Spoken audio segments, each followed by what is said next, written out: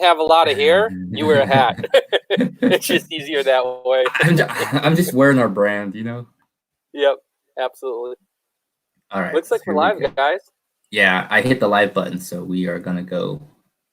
We are going live. Oh, I see. Got a countdown. Man, I was going to research a dad joke and everything. And didn't come research up with it, but... a dad joke. Yeah. Those should be right on the top of your head. I've got plenty of them, trust me. Like granddad jokes. My kids tell me that all the time. So, let's see here. So we're about 40 seconds into this. We're still kind of waiting for the audience to build. Should we be like Jay Queer and put a number out there when we're going to start? We have to hit 100 people. We are live, so we do have to keep it PG-13. Scott, that was PG. You researched dad jokes. What did you find? So we're going to wait around until the audience builds a little bit here. What's your dad joke? Oh, man. What's my best dad joke? I don't know. Now you put me on the spot. I was going to research and check out some of the ones I've used before, but got me on the spot, so I'll have to pass on that one. But how about you, Barry? Yeah, you know any? I'm not a dad. I don't know any good dad jokes. Sorry. There were some really good ones. Hold on a second. Let me think about this for a second. I saw something on Facebook today that was pretty funny that said something to the effect of, I saw my neighbor outside peeling my kid was terrific at school, bumper sticker off their car. I guess the first week of homeschooling didn't go too well. That's got to be the weird transition. All the kids being home right now for like, not just 2 days, like a weekend, but like a week, 2 weeks, a month, possibly half a year or to the end of the school year. Crazy. Hey, did you guys know that the first French fries weren't fried in France? They were fried in Greece. Oh my God. See, when you become a dad, you get all these dumb jokes. It's awesome. And then you can say them and not get laughed at because then you just pawn them off as a dumb dad joke. Is that part of the deal? I think it is. It's part of the handbook. Jeez. Hey, what was the name of your decal company? It had Max Design. Wait, or Mac. What was it? Hold on 1 second. I'll get to that. I have one last one. You ready for this one? If a child refuses to sleep during nap time, are they guilty of resisting arrest? Oh, is that a cop joke? That was just a dumb dad joke. But all right, so looks like we're getting a bunch of people in here. So what we're going to do here is we're going to basically, like we did last week, is we're going to interview Barry. He's our guest this week, and then later on we'll bring in Dakota. That way, it will. You guys can ask Barry and Dakota what it's like working together, the plans for the future. What role Barry is going to have with Dakota's Nitro program, because I know he's going to be going to a lot of races, doing a lot of pitting. But before we get into that, Barry Baker has been around for, he's 1 year younger than me, so I know how old he really is. But I was actually, so there's a few things that I'm going to throw out there, like a few stories that I have, where I met you, stuff like that. But the first question I want to have you, because we are celebrating our 40th anniversary with LOC and TLR, basically. How long have you been racing for? 33 years now. Wow. So you're coming close to the beginning. Yeah, coming up on 34. I started in 86, April of 86.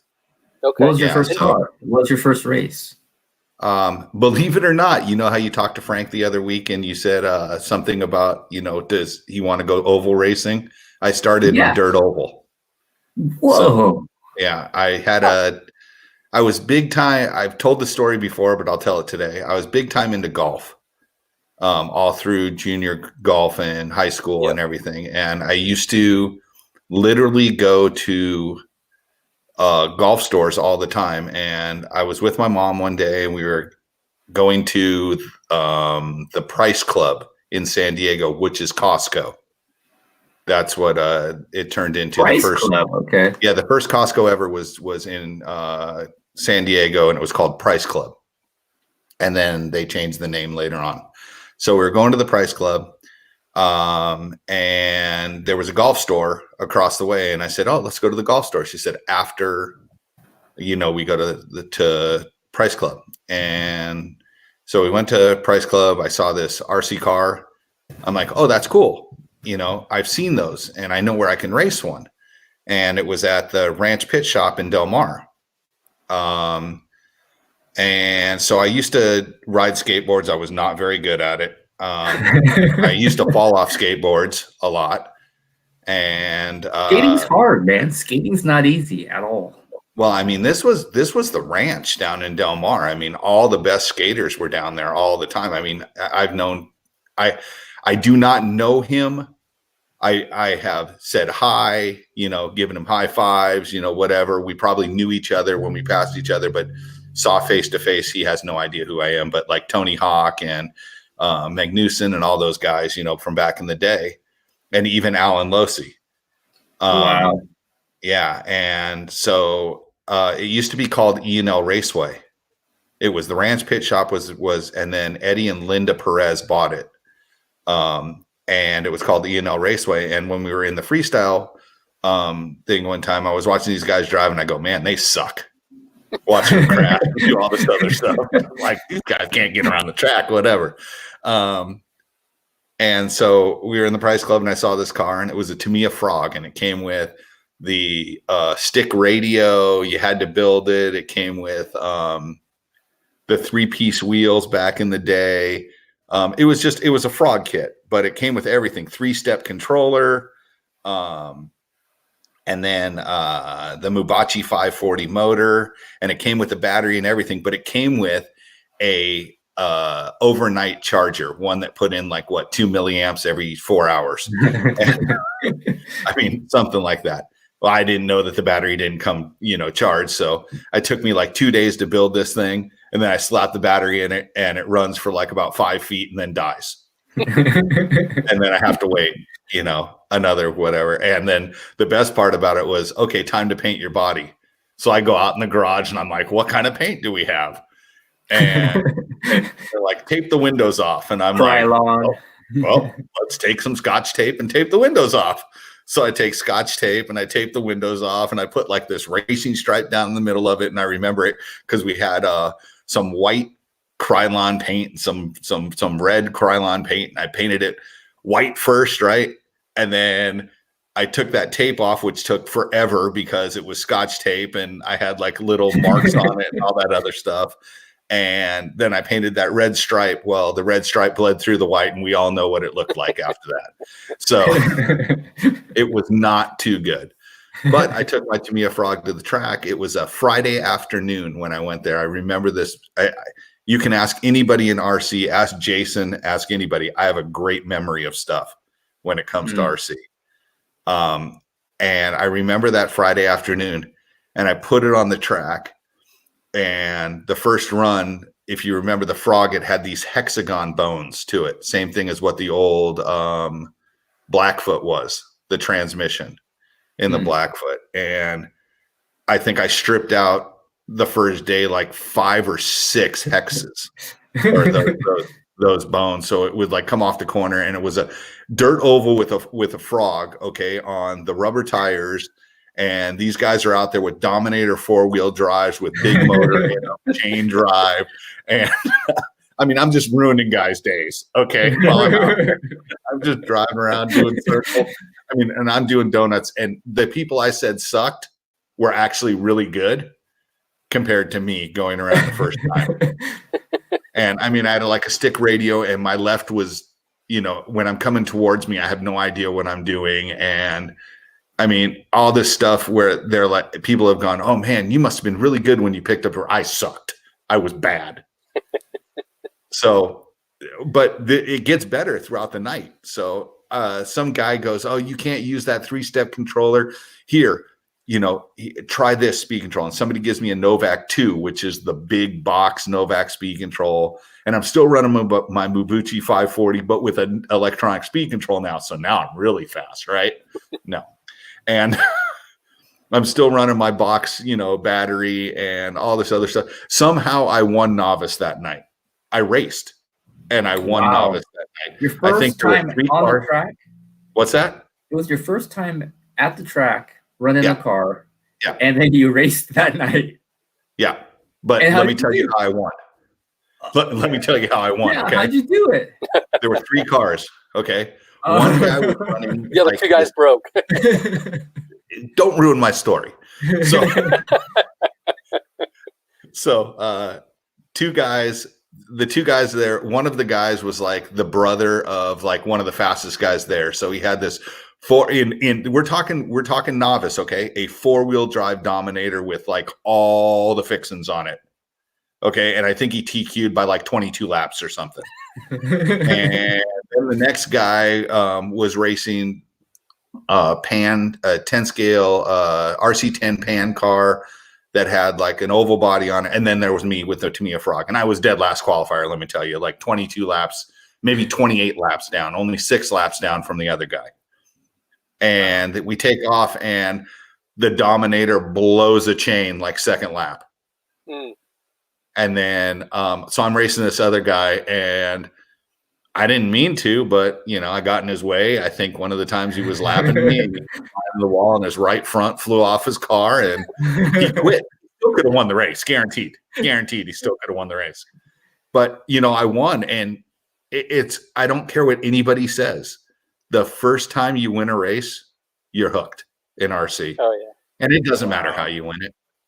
But so that night, the legend was born.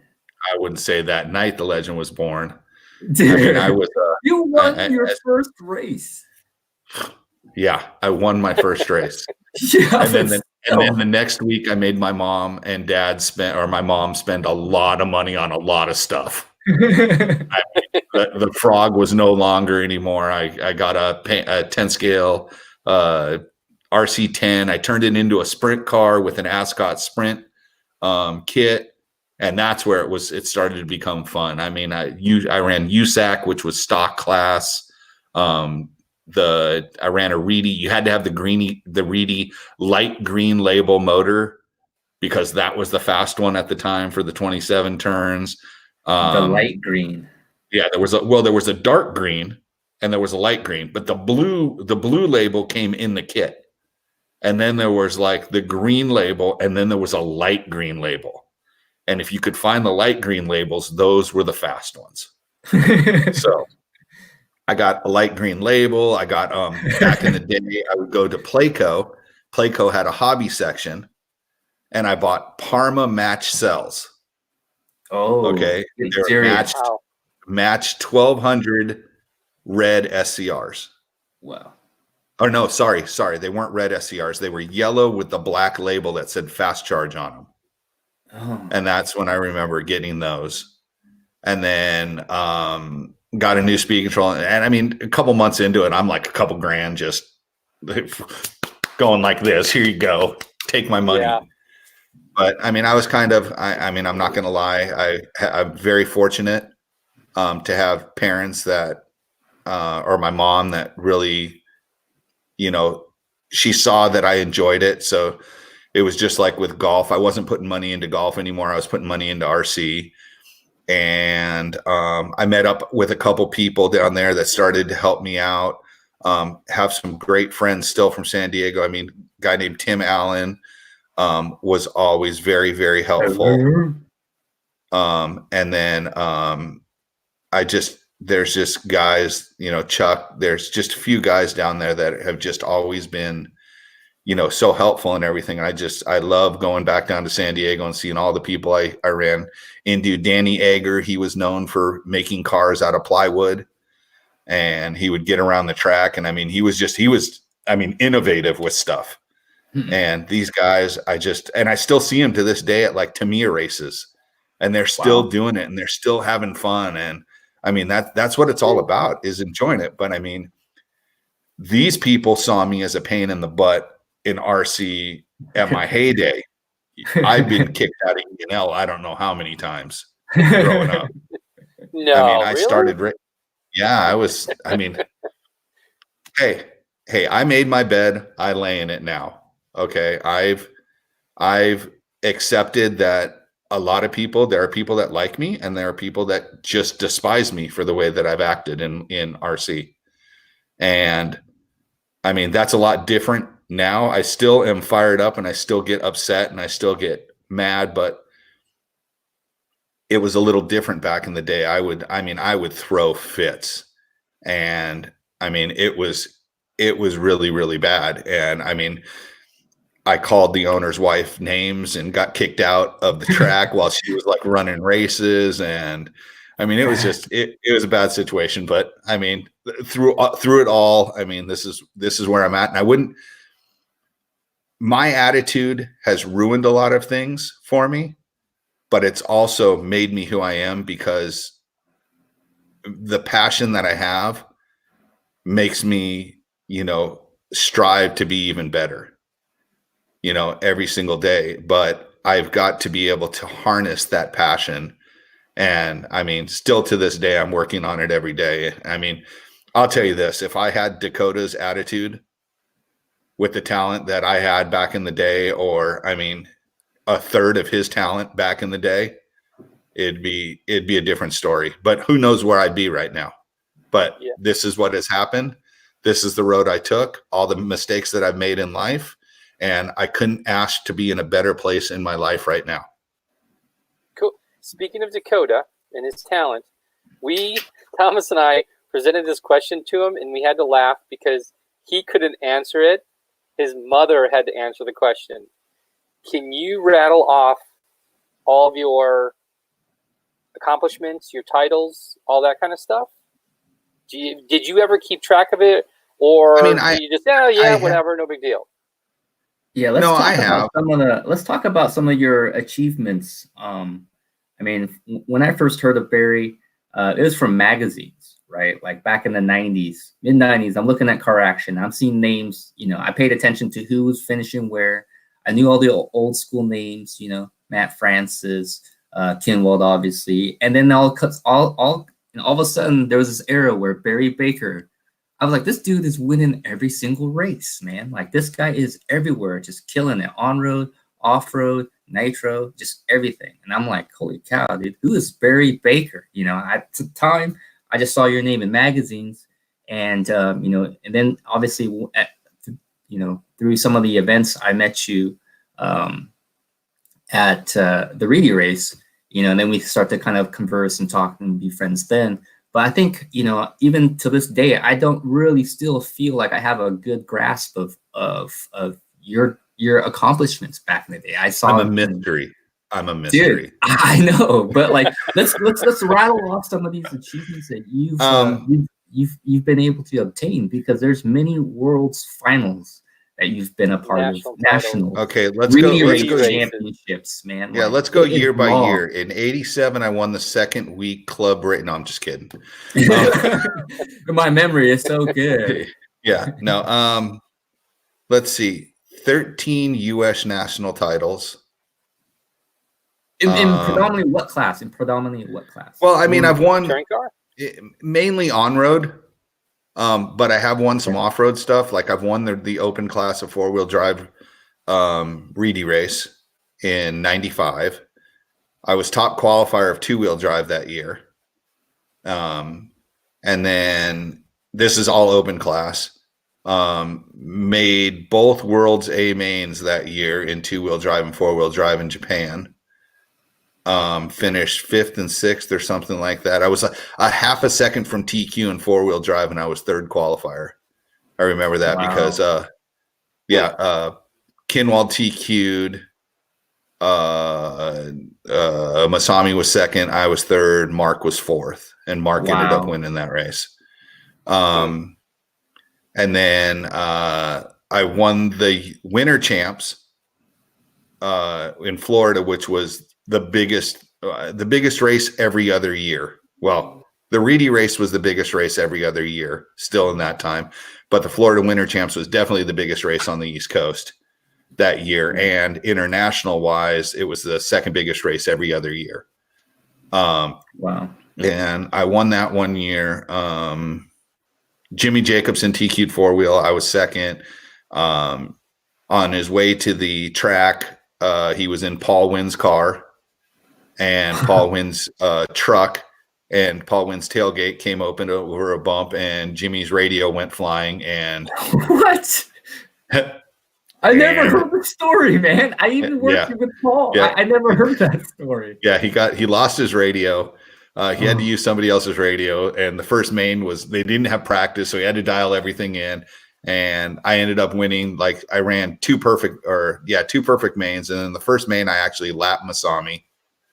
And so that was in the old days. I mean, I was fast and 2-wheel and everything. This was when I was running Losi 2-wheel drive and Yokomo 4-wheel drive with Losi shocks on it. And then I ran Max Tech motors at the time. Max Tech, I remember that. But and then Reedy race wise, I've won 4 U.S. touring car. How do you say it? 4-time national champion in touring.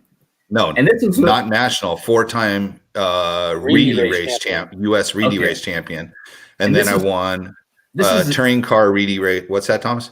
And this is touring car in its heyday. Yeah. Right? Yes. Yeah. So everyone was at the Reedy race back then in the U.S. Yeah. So won 4 times there. Could have been 5, could have been 6, but it ended up being 4. One little mistake here, or one agreement with another driver there. Agreements, handshakes, buddy deals. It was the very first Reedy race. I don't know if you guys know this, but God rest his soul, Brent Wallace won the very first Reedy race, racing for Yokomo. He and I were racing for Yokomo. He and I were tied on points, okay? And 1 point back was Joel. And somehow, some way, Joel started behind us both. And one of us had front row one round, and the other person had front row the next round, and the other person was in the second row. And because we were running for Yokomo, we said to each other, okay, we're going to race the first one heads up, and we both have to beat Joel. If we beat Joel, whoever wins that race, the other person makes sure not to take Joel out, but make sure that, they race the other person very, very easy, so they can, keep that point lead for the last one. And what ended up happening was Brent won. I made a mistake in the parabolica at Ripon, rolled over in the lead. Brent got by. Joel was in second. Brent won the race, or won that round. And then the next round I had the front row, and I just moved wide in the first corner, and then my car was 8 feet wide the rest of the race. Wow.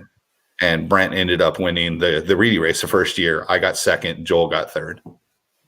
Overall. Is a deal like that where you make?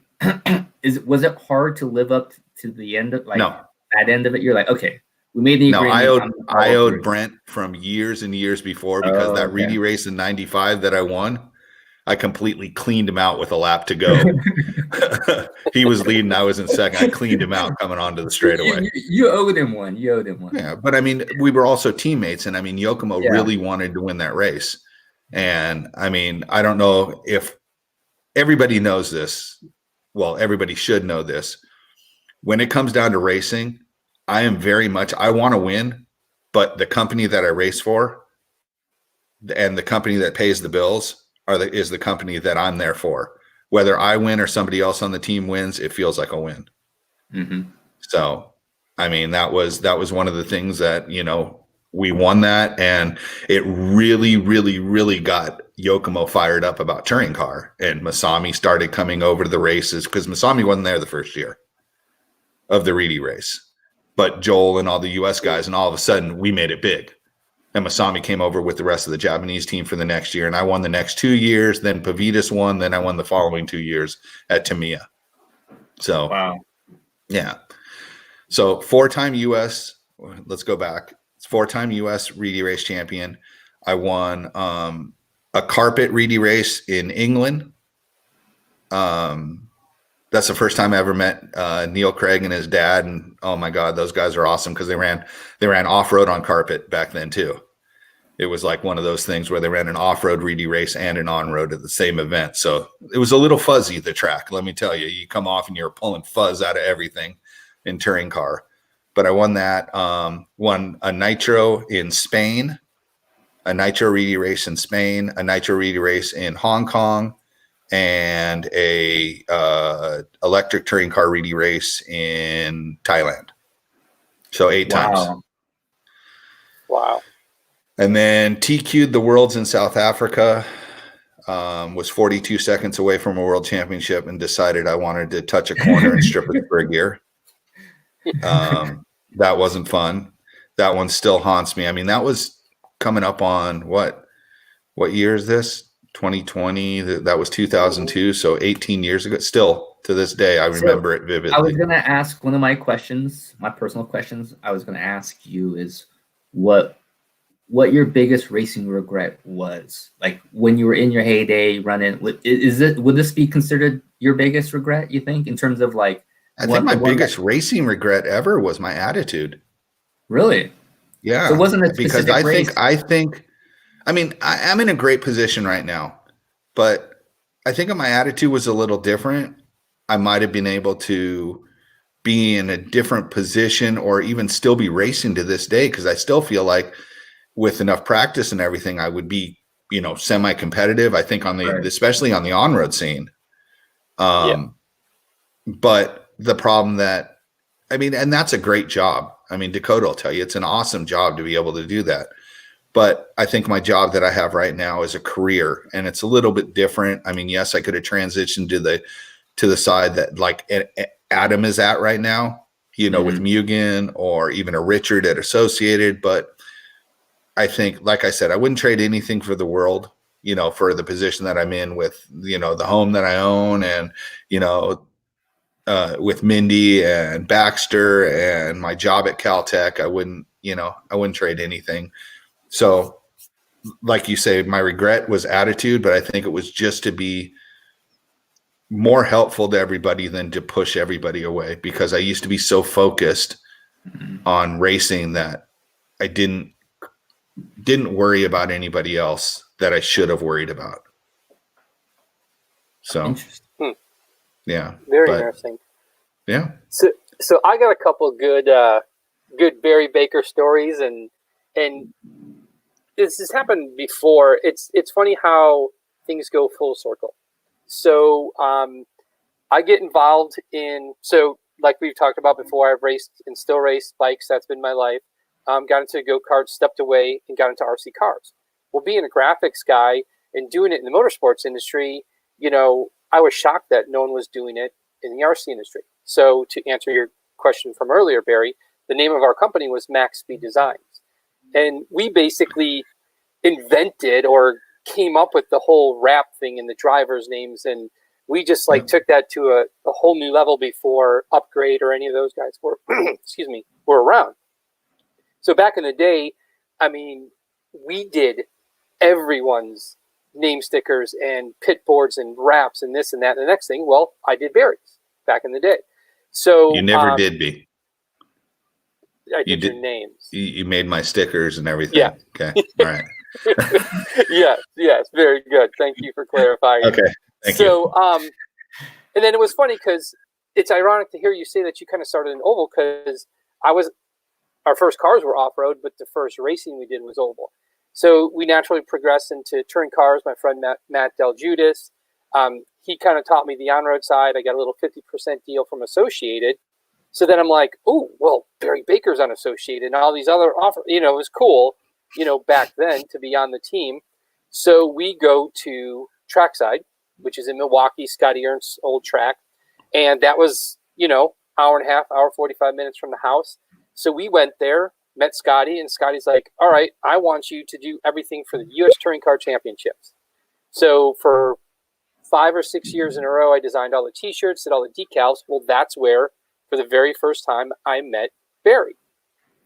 So we're all watching him and everything. And back then, it was Barry can rattle off a lot more names than I can, but it was Barry and Mike Blackstock and Cyril and Dumas.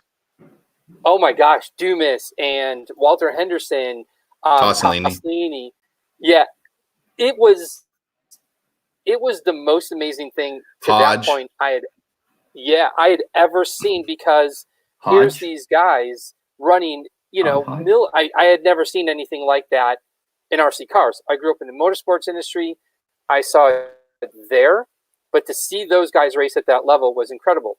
So we get to know these guys, and it was neat because I kind of got fast-tracked to meet these guys because of the business. So the one story that Matt Del Giudice and I were talking about probably 2 or 3 weeks ago was, this is right when the brushless motors were coming into play. Oh, God. And you guys were running them in mod touring car on foam tires back in the day. And I can't remember whether it was you or Blackstock that at the end of the straightaway, the car completely locked up and someone drove completely through the other person and just destroyed the cars. Remember that story? You want it? This. Okay. So Reedy comes out, or LRP comes out with brushless stuff. And they started doing the Neo motors for Reedy. And there was the 3-star, 4-star, 5-star. And through practice, we had nothing but issues, but one person and one person only stuck with those brushless motors. Everybody was unbrushed. And that one person was me. And the first day main, it was the last qualifier. We're going down the backstretch, and my car blows. This is bonded rotor days. This isn't centered rotors. This is bonded rotors. Just threw the rotor apart, locked the car up. Blackstock hits me at full speed. It's Blackstock's very first race. He left Associated and went to go run for Corrali. So he had the all aluminum center chassis, bulkheads, everything on the car destroyed. Just absolutely destroyed. The front of his body, if you remember the TC3, the bulkheads had the little sway bar mounts that were integrated into the bulkhead in the back. The front of his body had 2 little indentions in the front of his body. He hit me so hard that it blew through the body and had the 2 indentions there. But it's because my car went from literally, at that time, blazing fast was 45 miles an hour or something like that. It went from like 45 to 0 in a foot and a half. And the black marks, this is foam tire racing. The black marks were on the carpet track till the day Scotty pulled them out and put dirt in the car or in there. Yeah, that was because it burned the carpet for how bad it stopped.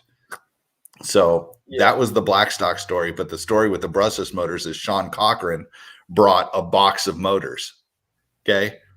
He had to head to the airport after the first main. He hands me, I blew another motor up in the first main. He hands me a motor and said, "This is your last motor for the weekend.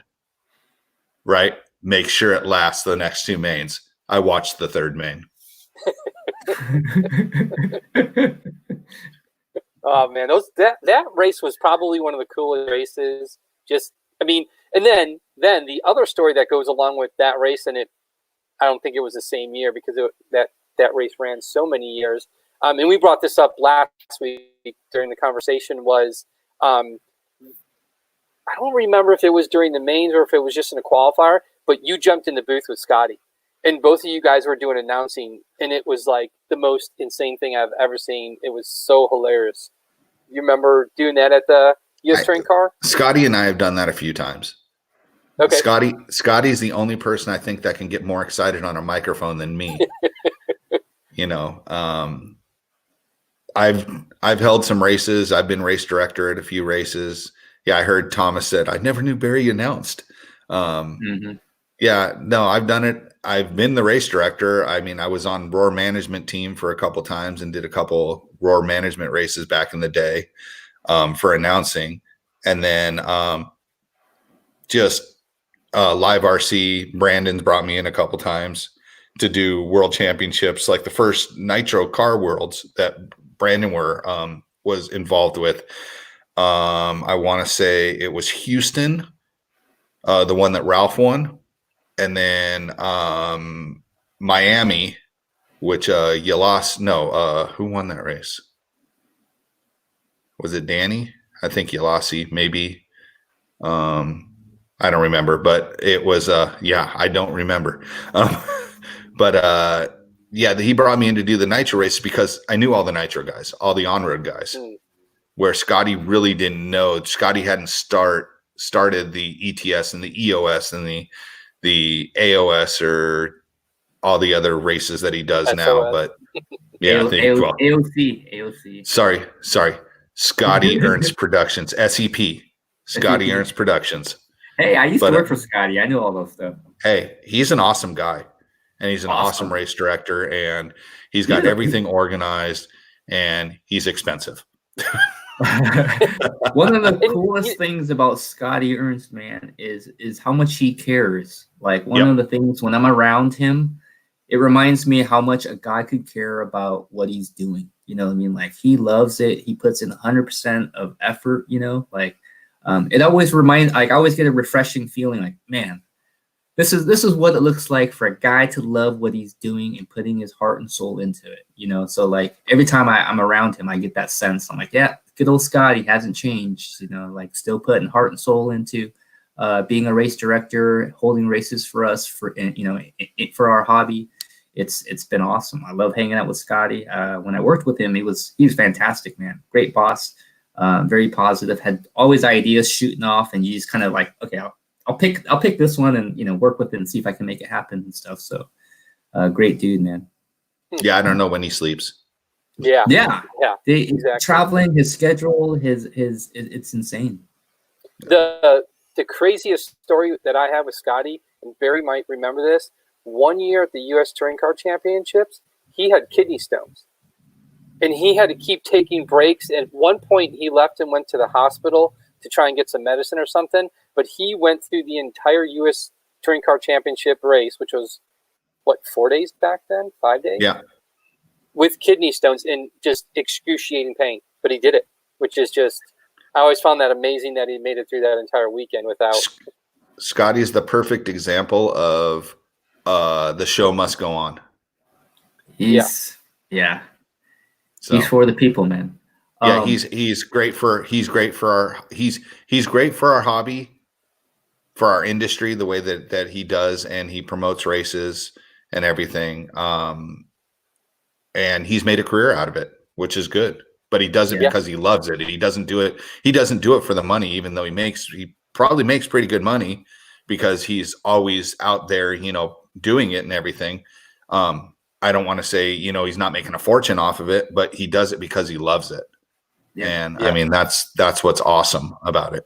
100%. All right, two quick things, and we can move on. So fast forward a little bit, how I said things kind of come around. I ended up working for Hobbyco, Futaba team manager, and for a while there, Barry actually drove for Futaba, so I helped him with all that stuff. And then you had to have known I was going to bring this up, Barry. So then, towards the end, are we talking about Canada? Canada. Okay. So the next thing that I really got involved with Barry on would be the O'Donnell project. And basically, for the people that don't know about this, so at one point in time, Hobbyco bought O'Donnell Racing Fuels, was the exclusive with that, the glow plugs, the whole process. Long story short, Steve O'Donnell decides to develop some cars. First one was the A-Scale Buggy, then it was the A-Scale Truggy, and Hobbyco kind of funded the whole thing. Steve did all the research and development, and Barry was actually Steve O'Donnell's employee, head guy. I don't even know what your title was, but there's a lot of stories that Barry and I could probably tell about. I mean, but it's not worth it. But it started with Taylor Peterson. Actually, was the first driver for O'Donnell. Actually, sorry, Tebow. Jared Tebow. Tebow was the first. But I mean, you guys got to remember, O'Donnell was always very predominant in my life of racing. He was always there for me to do engines and be my pit man. And I mean, when we went on-road races, he was my A scale guy. He was my 10 scale guy. He worked very close with Associated for the longest time. I mean, he was making a lot of their parts for them, and so he got involved. Him and Curtis were very close, and Gene. And then I don't know what happened there, but that's a story, for another day. But it all came around that, long story short, I had a lot of problems. I was going through some downs. I was working for Novak Electronics at the time as a customer service person. Bob Novak was nice enough to give me a job when other people wouldn't. And then O'Donnell, I started racing again because I wasn't racing for a little bit. I started racing again, and O'Donnell decided, hey, you want to come work for me? I need a test driver. So on and such forth. And it ended up being that, I went in and I started working for him, and that's where I learned a lot of, I mean, the reamer was the best reamer ever. So Rich Hayton says he still has his O'Donnell temp gauge. Yeah, I still got one of those. That was actually the track power. It turned into be the track power. So if you have a track power, it was actually the original O'Donnell temp gauge. Yeah, but, I still get a text every once in a while from Steve. How's it going, kind of thing, and we'll talk for a little bit. And Brad and I bowled in bowling together, so it was. He's a very smart, innovative person. I mean, he has some knowledge for sure. It's definitely just I took some good and I took some bad from there. Let's just gotta take both, man. You can't be selfish. Just take one. Yep. So let's switch gears a little bit. We have Dakotah Phend in waiting, right? So before I introduce him and bring him into the set, let's get Barry's perspective on Dakotah Phend. What kind of driver do you think he is? And what do you feel? What makes Dakotah special in your eyes? So let's hear from Barry. Let's ask Chloe that one first. No, I don't know how to describe Dakotah. I mean, I've thought about that. Like, I knew this question was going to come up, and he's a special talent that comes around very rarely. His attitude, his driving, just the way that he is, he's got mental fortitude. He can have mistakes. There were multiple times I came on the microphone at the NC after the race, and I said, I'm so proud of you, because he had a mistake the first couple laps and it didn't bother him. He got right back in the rhythm, come back and TQ the round. And a lot of people, it would flusters me all the time, still to this day. I make a mistake on the first or second lap and I think my race is over. He doesn't say, oh, I need to make up this time. He says, okay, I've lost time, but how do I keep that minimized and keep it to where, that's the only mistake I'm going to make. And let's run 11 or 7 or 8, perfect laps. And I think I was trying to think about this today, and I was having a discussion with Mindy, and I'm just like, when it comes down to it, I think I take nothing away from all the drivers in the world, because there are some really great drivers that are out there. There's a couple handfuls that are really great. But I think if I ever had to start a company, the two people I think that are a little bit above everybody else right now, I would start with Dakotah and Mayfield and go from there. It's funny because let me ask you one quick question, because Thomas and I talked about this last week. Do you think that there is, or the way that I posed it to Thomas is I told him that who I thought was the most talented driver in the entire world, and then who was the most talented racer in the world. And I think there's a difference. Do you think there's a difference between the most talented driver in the world and the most talented racer in the world, or do you lump them together? That's a tough. I mean, I think there is a difference. I think there's God-given talent, and I think that there's people that work on their craft. Okay. I think that, you can take somebody like, Jeremy Courts. He had so much talent. Carson Warnemont, so much talent. Oh, wow. Yeah. Yep. Yeah. So much talent. Tyler Vick, so much talent. They didn't have to go to the track and practice, and then you have, somebody like Adam who puts in a lot of time at the track, and he puts a lot of time in preparation, and he's very talented at what he does, but it's the craft that he's taken up as talent. But I think if you put everybody in equal vehicles and everybody with everything equal, and they were to go out there, I think the two that are going to be ahead of everybody is Mayfield and Dakota. Now, do I think one is better than the other one? I think they both are very, very good. I would like to see Dakota win every single race. I am part of the team Phend. But I have so much respect for Ryan, for Mayfield. It's just the guy he's a talent, but I also put Dakota on that same level. And like I said, I have no disrespect to anybody else out there, an Ongaro, a Cavallari, a Tebow, a Bornhorst, a Lutz, an Elliott Boots. Those guys are all great, and there's guys who can throw down the hot lap, and then there's guys who are fast. So, yeah.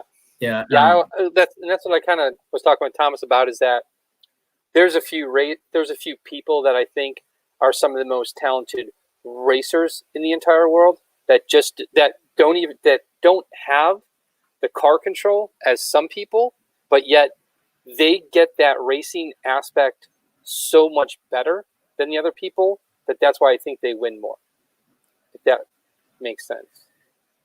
It makes sense, but preparation, equals, a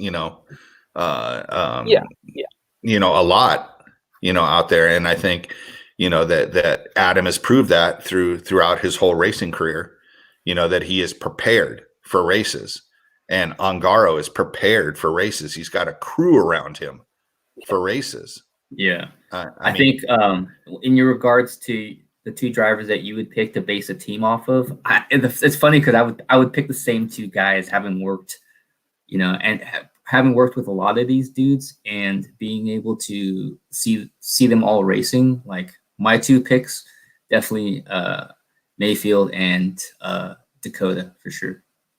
But this isn't just right now. This is I have been around this long, and I think that these two.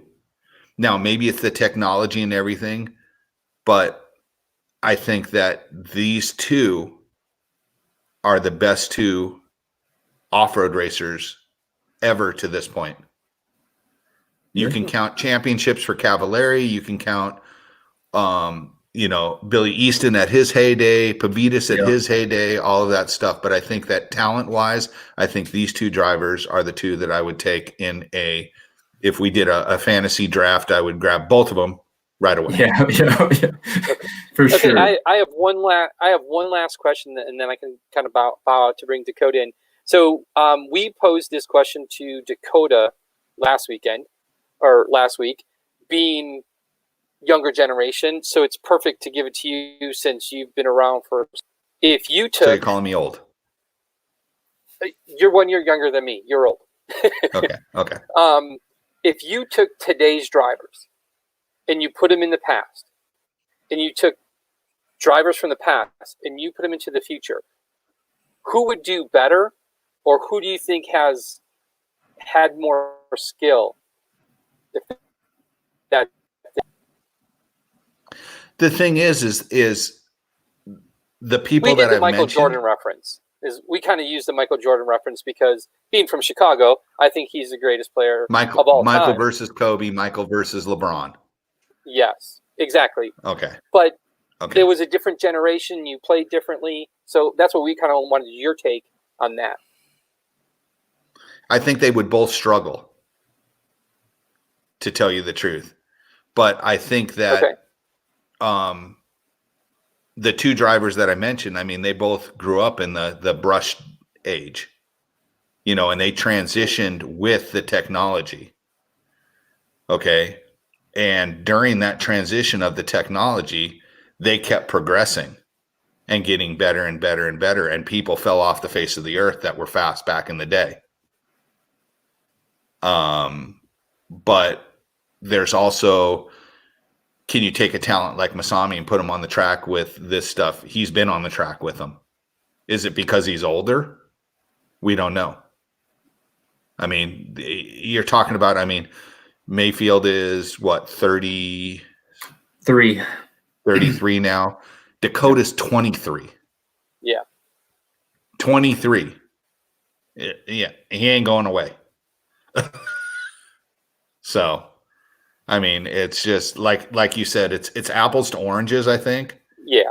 And I think they would both struggle in different eras. But I think that they would both succeed as well.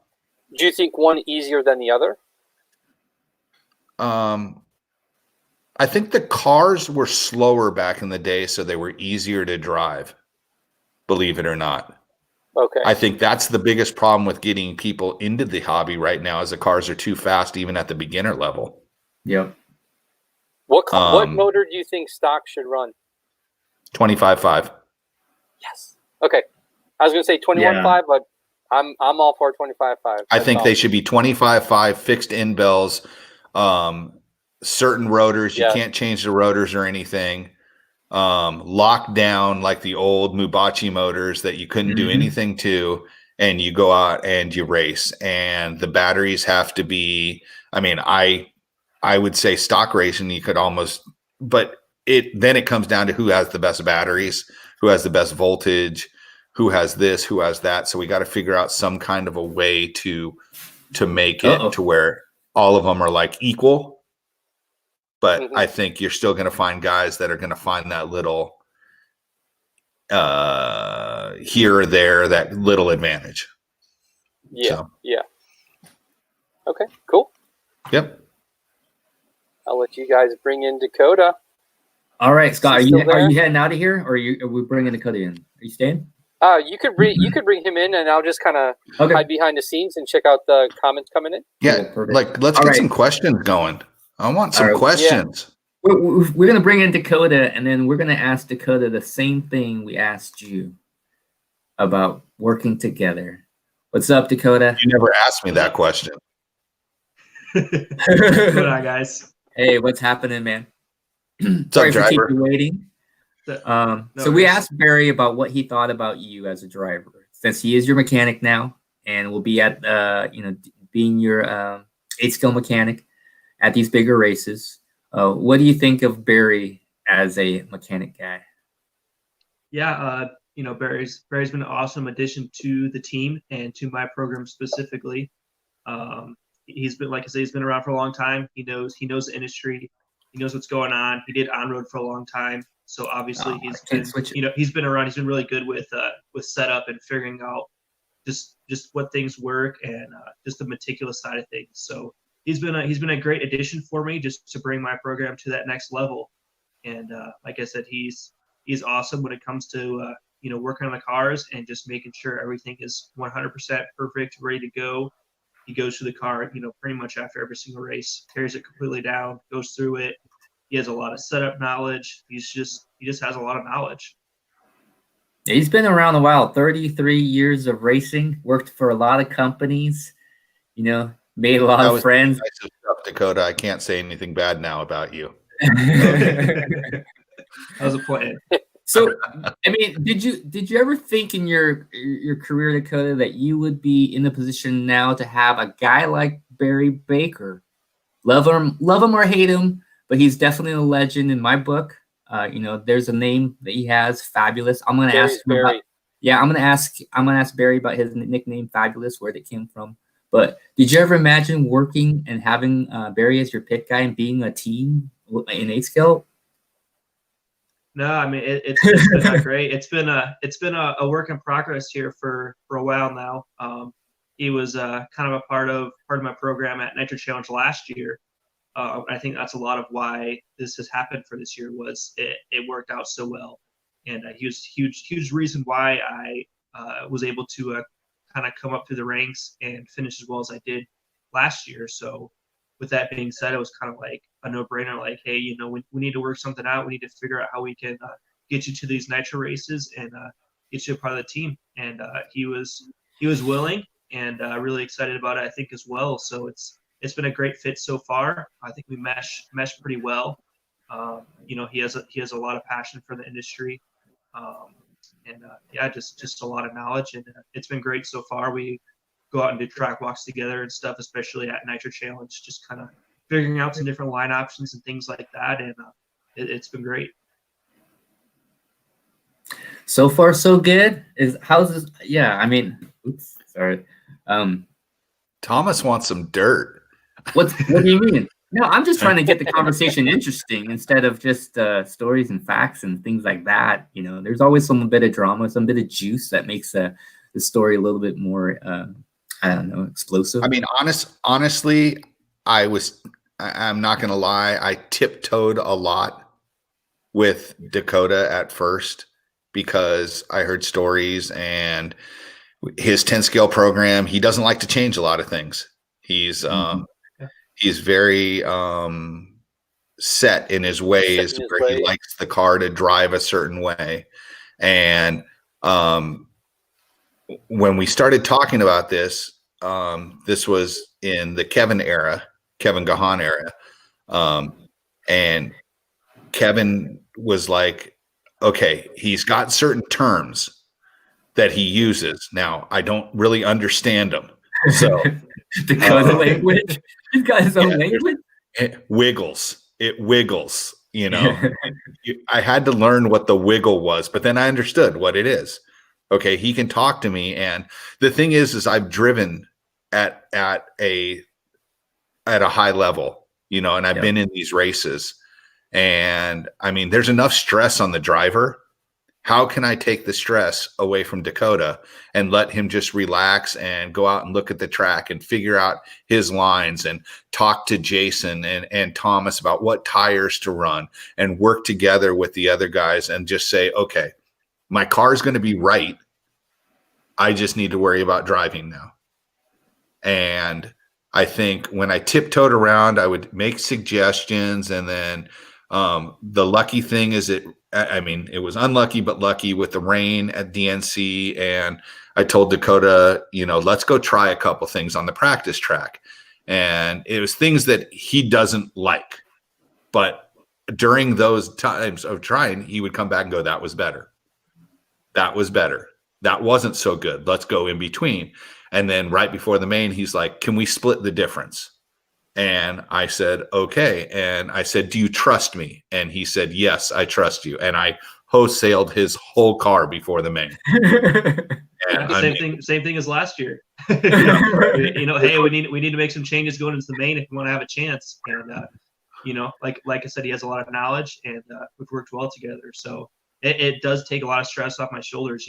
At Nitro Challenge specifically, I just concentrated on making sure my engine was tuned right. I was over the JC pit a lot, talking about tires, trying to figure out that, especially with a little bit newer program and all the options that, we have with J Concept with tires and compounds and things like that. It gives me a lot more time to focus on that and make sure I'm making the right decision. And even just the track specifically in Nitro Challenge was so gnarly. Like I would literally go out there in between races and kind of like run around the track, do a corner here, this round, for this race. And then in between the next race, I go to a different corner. And just constantly keep an eye on the track, watching people's lines and things like that. So really, it really takes a lot of stress off my shoulders. And, I think we're still learning, and it's just going to get better the more time we have together, the more we learn, what things he likes to do setup-wise and what I like driving-wise, and just kind of keep one off each other. Yeah, I think between the warm up, the A main warm up for Buggy and the main event for Buggy, I think I looked at Dakota in the pit and I stared him straight in the eyes and I said, "You can't win with this car." I said, "You can't even compete with it." I said, "You're probably 6th or below with this car." And I said, "Do you trust me?" And he said, "Yes." And we changed probably 6 to 8 things for the main. And he went out there and I mean, the fastest laps and blistering and just caught, one too many ruts or would have finished second, I think, in the race. I think the early thing that happened with Barufalo underneath the driver stand set him too far back to have too much of a chance to be there. But I think that he definitely could have been second with one less rut jumping out in front of him when he was missing it on purpose. Yeah, I was trying.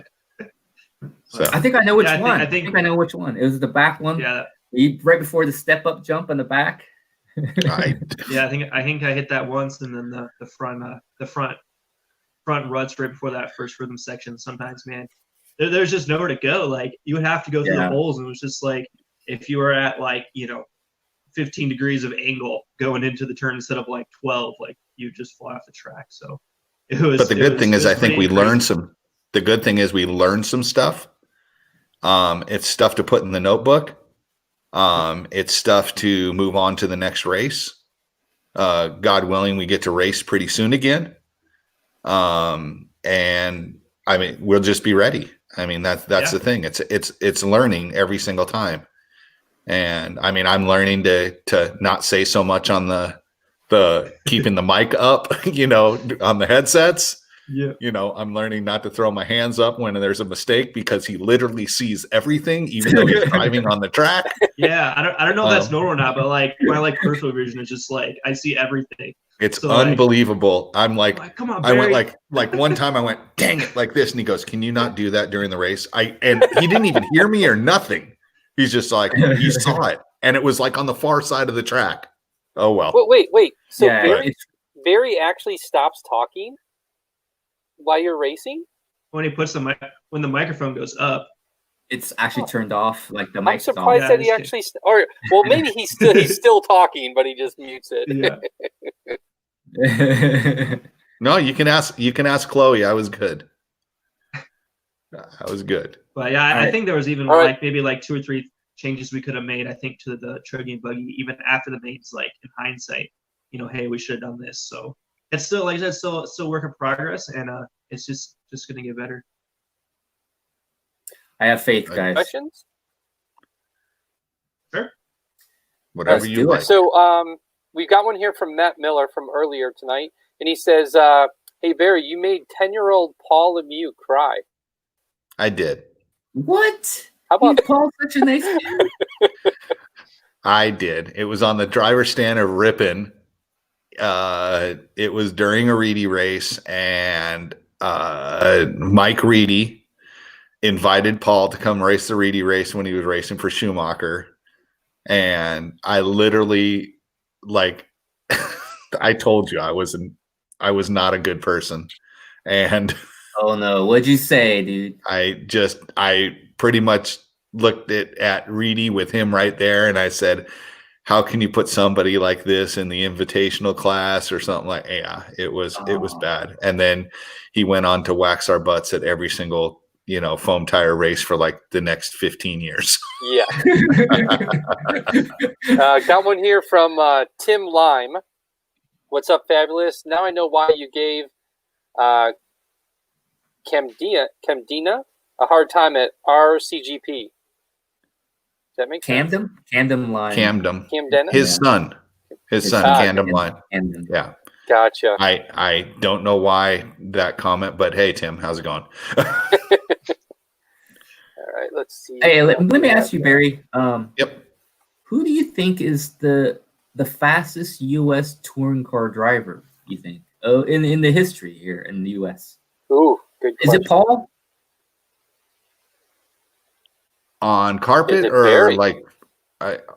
carpet or asphalt How about carpet, asphalt, and all around? Well, there are drivers now like Sam Isaac, who's really fast. Okay. Kevin A. Bear, who's still fast. Canadian. Right. But Roar, I count him as Roar. Yeah, Same thing with Ty. Even though he's Canadian, he's still part of, so he gets to race here with all of our nationals. And I mean, Kevin was good on foam tires. Kevin's good on rubber tires. Indoor, outdoor. He's getting better in the outdoor scene. I mean, Billy and Mark were fast running touring car. So I think the most decorated of all the touring car drivers, like major wins and stuff, may have been myself or Paul, but you got to think about Cyril back in the day. Yeah. Tossolini. So, I mean, I can never, Tossolini. You can't ever count out Tossolini at a touring car race, but I mean, that's not for me to say. I mean, if I was to pick somebody, because I'm not going to pick myself, I would say probably I would lean towards Lemieux as the guy that I always went to a race and had to beat. He was dude. Yeah. All right. Matt Paulins has a question, and I'll let Dakota answer this one because he has this answer on lock. Will there be an 8XE Elite? Man. You want to say it together? Yeah. I have it posted on the wall, so I just practice it every morning. Yeah. Taylor, always working on new products. So. There we go. I honestly don't know the answer to that question. I honestly don't know the answer to that question. But most of the parts, well, actually all the parts are pretty much interchangeable, so they are on my e-buggy. I know the answer, but I can't answer it. So if you want to make an 8X right now, okay, if you want to make an 8X Elite right now, just get the new axles, the black towers front and rear, and the 3mm the minus 3mm chassis for the electric buggy, and that's pretty much Dakota's e-buggy right now. Yep. Yeah, and then just make sure you have the updated rear gearbox, and you're good to go. Okay. Yep. Nancy Phend made a comment, Canada. Mm-hmm. So, Barry, you may have to tell this story now. Well, the story actually is... I remember that. I remember Canada. So Nancy asked a question, do I remember the first time I ever met her? She's thinking it was in Canada, but it wasn't. I met them well before that when they were still, he was still in diapers. And but no, Canada, that was what, Tilsonburg, I think it was? Yeah, Tilsonburg, where you had to wear a 3-stage mask to breathe.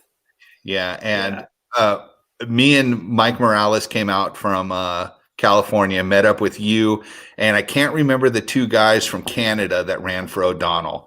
But they had their wives there. Yeah. They were awesome guys. Man, did I treat them like junk after what happened. But I'm telling you, it was a bad situation. But so Dakota gets, I guess, Losi says, hey, can you go to this race? Because he's within driving distance. And he gets there. It was a stretch. Yeah, well, he gets there and he shows up, and I mean, he's like this, it's like, oh, Dakotah Phend's coming, from Losi. And I mean, he was fast already, and everybody knew that. And but he gets there, and there's no place for him to pit inside, and him and his mom and his dad are there, and they have to go outside in some tent with some heater that's on. Yeah. And I mean, it was just really bad. Well, we had we're there in practice for the race, and I'm out marshaling, and a truggy just clocks me on the left side of my leg, and I went down like a sack of potatoes. And I stood up, and if I knew French, because the guy didn't speak any English whatsoever, if I knew French, I was saying every bad word I possibly could to this person. And the guy's like actually trying to apologize, but I literally almost cannot walk. And it was bad. I mean, I don't know if you knew the story, but like 2 weeks later, it went on for 2 weeks, and I had to go to the to the doctor, and I had hematoma in my leg all the way down. I mean, it was a huge bruise and everything. But that whole weekend I was a little prick. Remember that quad in the back? Brutal. Oh, and there was quad or something. There was this like quad and everything, and that's where we learned that Airtronic servos didn't last in the O'Donnell car. And like I come under the stand, and everybody thought I was upset, but it just went wide open and went like almost flying through a wall. And everybody's like, "Oh, Barry's upset because he doesn't have the lead anymore." I think I tip you or something, and I think Dakota ended up winning, and Morales, and I was leading at the time or something. I don't know, but Dakota ended up winning, and Dakota ended up cheating because they said that they wouldn't give him an extra lap, or they wouldn't give the lap back if he missed the line. And, they argued with video and everything that day. Remember that was. Yeah, because he was right on the tube. Right. Yeah. And they missed a lap, and Dakota won, and we have a video of it. And it was. Yep. Yeah, and that whole weekend was brutal because it turned super cold. Then that is the worst nitro race I've ever been to in my life, where you had to wear like that 3-stage mask so you could actually breathe in the building. That was just brutal all around. Plus, we almost got arrested. The worst thing about that whole weekend was when I walked in, I looked around and I'm like, they race indoor arena cross in there. Go-karts. They had oval track, go-karts, yeah. All I know is, man, people are dying in this building. Dirt bikes. Yeah. Well, I'll give you guys a quick funny story, me and my stories, on trying to get to that race. So we leave Hobbyco, and we have the van and the trailer, and we're delivering fuel. So we've got 20 cases of fuel, and that was back when you could bring gallons, right? But gallons were pretty popular. So we go there and we have all the paperwork for the race, our hotel, all the information. And then if you've ever seen a fuel label on a Canadian bottle of fuel. So in America, the skull and crossbones is this big on the fuel label. And the O'Donnell logo was this big. Well, on the Canadian label, O'Donnell's this big and the skull and crossbones is like the entire thing. So we decide to leave at like 2 or 3 o'clock in the morning, so we can get a head start and get there, at a decent hour. So we get the Canadian border, right? And it's like 4:30, 5 o'clock in the morning. We're tired, we're dragging and everything. Jason Holt was driving at the time. We get to the border and it's basically like a toll booth. So there's a car, giving the papers to the person, and Jason is right on their bumper. Basically just like you would go through a toll booth. So then all of a sudden the car leaves, Jason pulls up, and it's this very attractive woman, with the gun and everything. And she lights him up, has her hand on her gun and everything. We're like, oh my God, what's going on? She's like, didn't you see the signs? You're supposed to stop 15 feet back, blah, blah, blah, blah, blah. And then she's like, well, what are you guys doing here? We're like, well, we're going to an RC car race. That's, she's like, you mean toys? We're like, no, this is what we do for a living. She's like, you play with toys for a living? Like, no. So then she's like, well, do you have any paperwork? So now we're like, we're freaking out because we have 20 cases of nitromethane in this trailer going into Canada. So as he hands her the paperwork, it was like in slow motion. I'm like, no, because right on the sheet that he's handing her is this giant skull and crossbones. And I'm like, if she sees this label, we're doomed. So she takes it, she looks at it, and she's like, I can't believe you guys get to play with toy cars for a living. Have a good day. So we get through. Then we're coming home. They're going through every single car crossing the border, and we still have 8 cases of fuel that we're coming back with. Pull up to the thing. We're like, we're doomed. We're going to get cavity searched. We're in deep trouble, But in the back of the van, it has windows. It wasn't a panel van. We had all of our buggies sitting on top of our gear bags. So the U.S. border guy walks up and looks inside. He's like, whoa, you guys race RC cars? I buy stuff from Tower Hobbies all the time. We're like, dude, here's a catalog and here's a discount sheet and blah, blah, blah. He's like, cool, have a nice day. Right through the border. So we actually got lucky on that one, but we thought we were going to jail twice. I remember getting stopped trying to come home from that race too. And like making us get out, go through the whole truck, check everything out. Yep. That. Yep. We don't know how we just slid right through. Boy. Hey, I got a question here from Thor Ott for Barry. Barry, favorite two-wheel drive car, rear motor, stand up, or lay down? And I'll ask. And Dakota, why don't you answer the same question? All right. Favorite two-wheel drive car? Of all time, man. Two-wheel drive car, rear motor, stand up, or lay down? A two-part question. Rear motor was fun. It was really, really fun to drive. I would have to say probably like the Double X CR. I think was Double X was like my favorite car. So, I think that probably was my favorite car.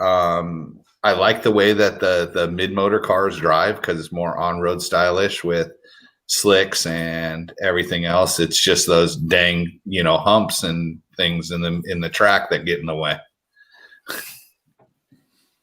Double X. Dakota, how about you? Wow.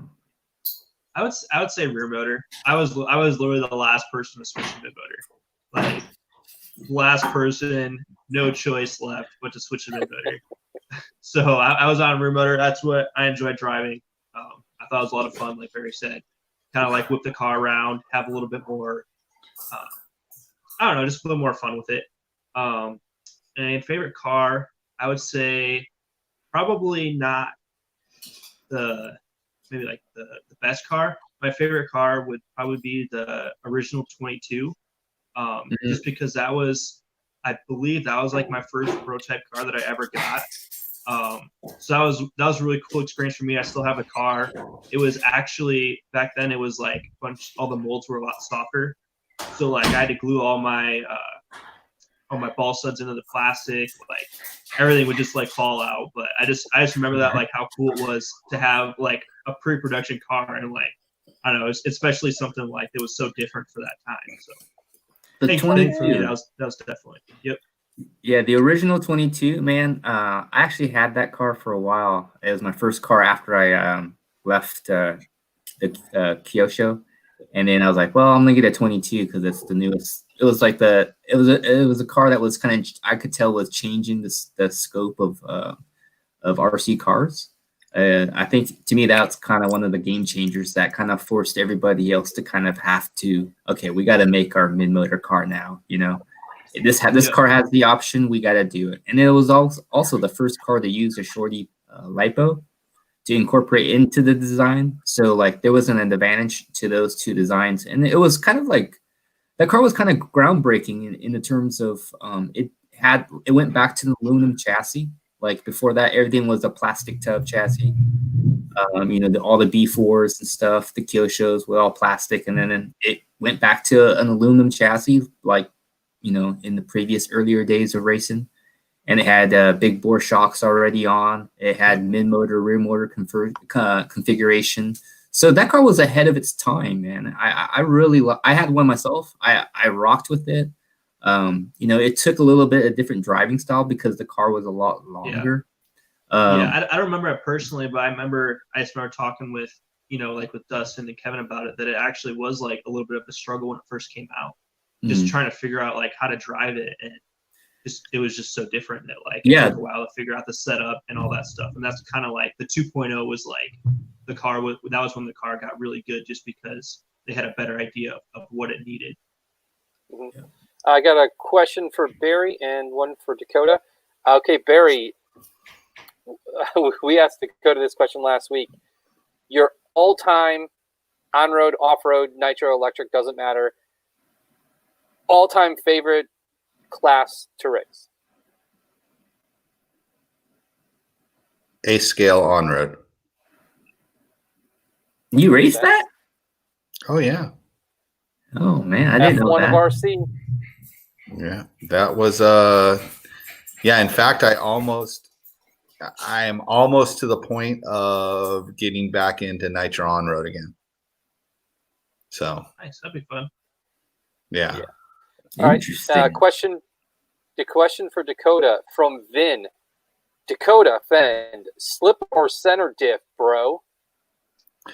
Yeah, I personally prefer the center diff, especially for mod.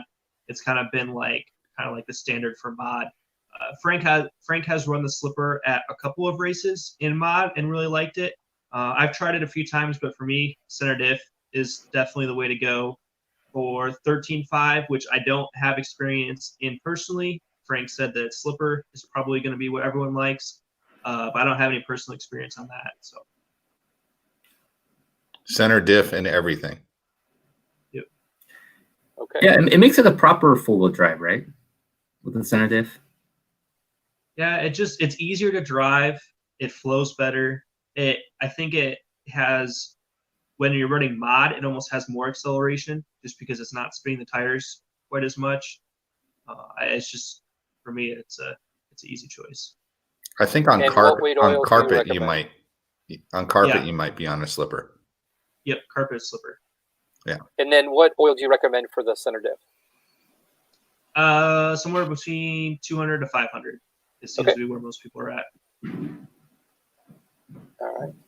Oh, Barry, I wanted to ask you this nickname, Fabulous. When did that start catching on? Like, was it at a race, or just is it your buddies from back in the day?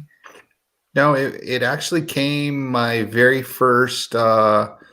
So my very first Worlds I ever went to was 1992 in Grand Rapids, Michigan. It was 12 scale Worlds, and I think I was like in the G main or H main or something like that. I sucked. It was more along the lines of I was actually okay, but I was so transfixed by it's the World Championships. And I mean, I was like, oh, I got to do well here. I'm so good. And then I got there and I'm like, I'm not this good. And, but then harsh reality settles in. You get reality checked real quick, in this industry sometimes. Yeah. And then 2 weeks later, we went to Pomona for the 10 scale Pan Car World Championships. Joel ended up winning that with the Dieter made car, the Reflex 10. Yeah, the Reflex 10, that one. That was the year that the Panasonic made handmade batteries for a lot of companies. And they were just, I mean, you could tell when you were not going to dump, you would go into tech and you'd weigh your car and be 50 grams heavier than it was before. And you're like, oops, well, I can drive full throttle this whole run. But wow. Was it the purple cell batteries? That was a purple cell. The purple one? And so there were a few companies that had those, but I qualified 7th. That was, I guess, the second Worlds I was ever at, but first year. I qualified 7th in 10 scale there. And the announcer, I guess the year before, in 1991, the movie The Fabulous Baker Boys came out. Oh. And just John Thawley called me the fabulous one, Barry Baker, when he announced it. And it went from the fabulous one to fabulous to, I mean, it's gone all over the place. But that's where it originated, was in 92. Was at the Ranch Pit Shop, owned by Pops Losi, for the 10 scale World Championships, given to me by John Thawley. Wow. What a story. What about you, Dakota? You have obviously kind of a nickname that kind of makes sense, the Phenom. When did that get used for you? Like, what? I have other nicknames for him. Yeah, so it's funny. My mom actually posted about that today. I don't know if you saw that or not, but no, I didn't see it. About it today. Yeah, so it was my last time running stock, and I ran super stock at 10.5 and everything, right, or something like that. Yep, yeah, it was 10.5. It was the first year we ran brushless, so they weren't really sure like what it should have been. So the next year after that, it went to 13.5. Yeah, it was 10.5 brushless super stock Nats at Jimmy Babcock's track, and at Hot Rod. At Hot Rod, and Jimmy came up with a name there, and it's been that way ever since. I think so. Jimmy, I think it was 12. Wow. Yeah, Jimmy. Like Jimmy will let you know that too. Yep. Hey, that nickname? Thomas, you got a nickname? No, not really. Tran. Yeah, that's what everybody calls me in the industry. Tran, basically. No one's ever called me Tommy. When I used to work at Subaru, I used to before I went and moved to be an English teacher in Japan. I had like about 7 to 8 months to kind of wait around and do nothing after college, and so I worked at the Subaru of Eugene, Oregon. And I sold Subarus. So my boss, the guy in the desk, my manager, he would call me TT. So he'd be like, TT to the desk, TT to the desk. And then I'd be like, oh, God. And then I have to walk up and he'd tell me something, or like, we got customers out there, you gotta talk to them. It's like, yeah, I know. I could see, it's like, but he would always he would always call me TT, but I never been a Tommy or anything like that. Just Thomas and Tran. It seems like that's the For in college, people used to call me Tommy T, but I think that was just kind of like back in the day when Tommy Hilfiger and stuff was pretty big, and so like Tommy was kind of popular. So I had a couple of roommates that used to call me Tommy T. Hey, Tommy T, what's up, man? Hey, what's going on? Yeah, just your boy's being stupid. So I think Dakota calls me Triple B now for some reason. Butthead Barry Baker. Something like That's not it, but trust me. It's pretty good. It's sort of a nitro challenge, Joe. I gotta get back at him somehow. I unfortunately got my RC nickname from Doug Hay, the guy who developed RC Scoring Pro. Oh, from Wisconsin. Well, yeah. Well, yep. We race with him every weekend, every other weekend. So. And that was funny, you guys were talking about Scotty and Paul and all that stuff. It's so weird. It's like Barry racing with some of the legends. Those are just the guys you race with every weekend at your local track, Yeah. So anyways, Doug was a huge Seinfeld fan. So then the day that they had that episode where they found out what Cramer's real name was, which was Cosmo, from that point on, well, because at that point there was no live RC, it was just Pro. So everyone shared all the track, shared the information. So he went in the system and put Cosmo. So every single time I registered for a race, it would come up as Cosmo and not Scott. Yeah. So good old Doug. Thanks, buddy. Cosmo Cramer. Dang, that's funny. Nicknames, man. There's some good nicknames out there in the industry. That's for sure. Like, I think Mayfield, even though he doesn't officially have a nickname, there's a lot of nicknames for that dude. Lots of nicknames. Barry, do you still play golf? Uh-oh. I cannot anymore. You're back. Three back surgeries later. Whew. Yeah. So hopefully someday I'll be able to play again. I mean, I go through physical therapy. So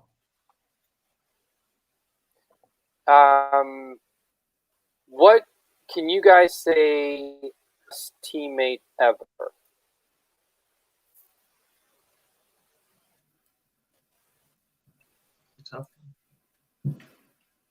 Teammate, huh? Because basically, it's interesting reading the comments.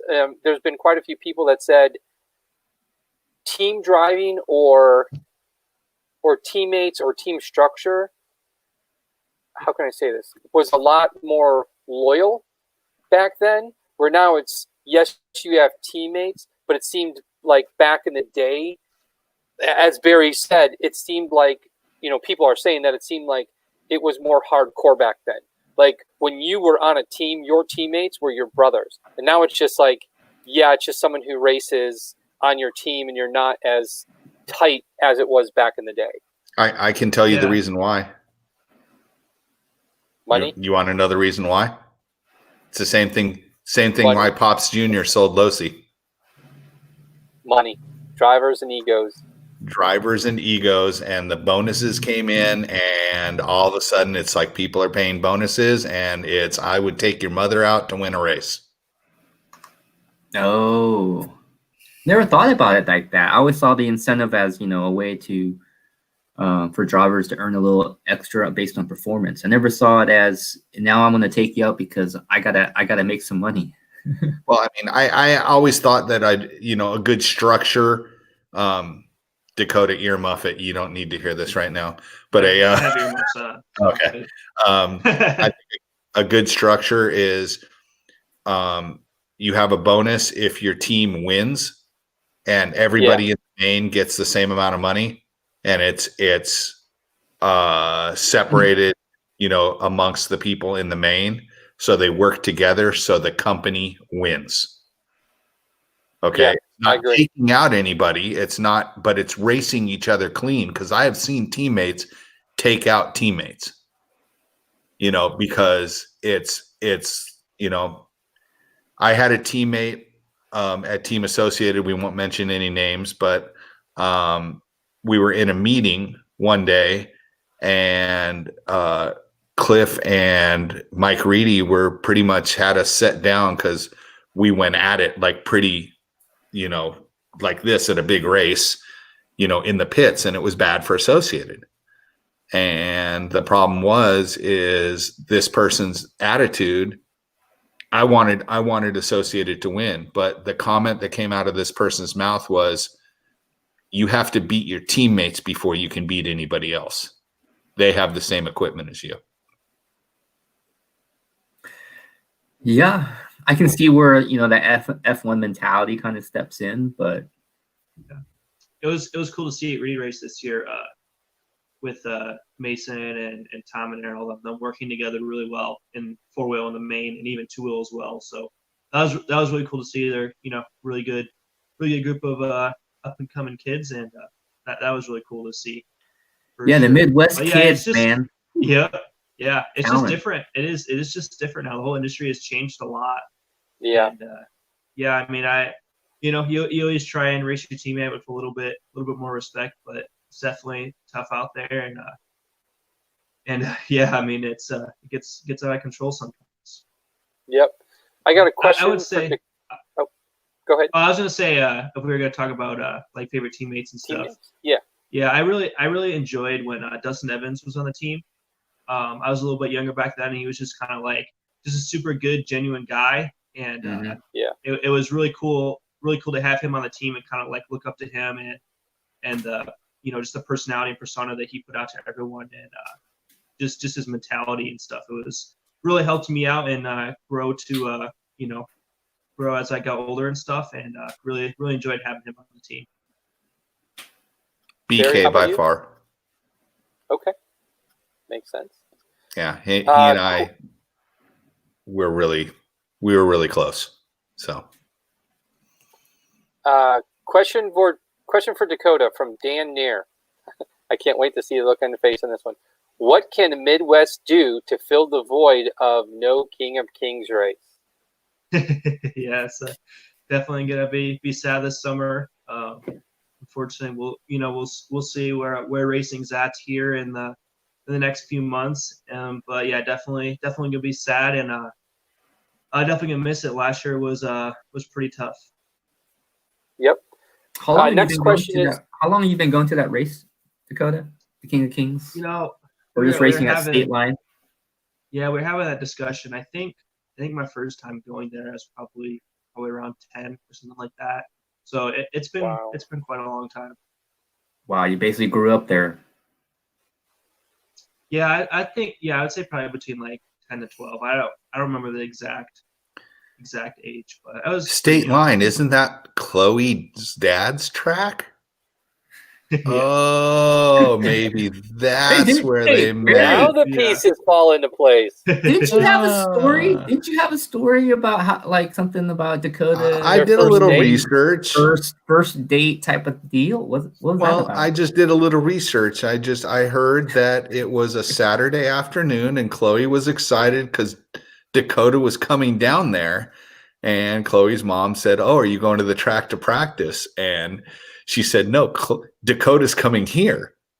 And a little while later, this white Evo pulls up with this, exhaust on it and everything. And picked Chloe up, and that was like their first time they went out. Yeah. How was that? How was that, Dakota? Good research? That was good.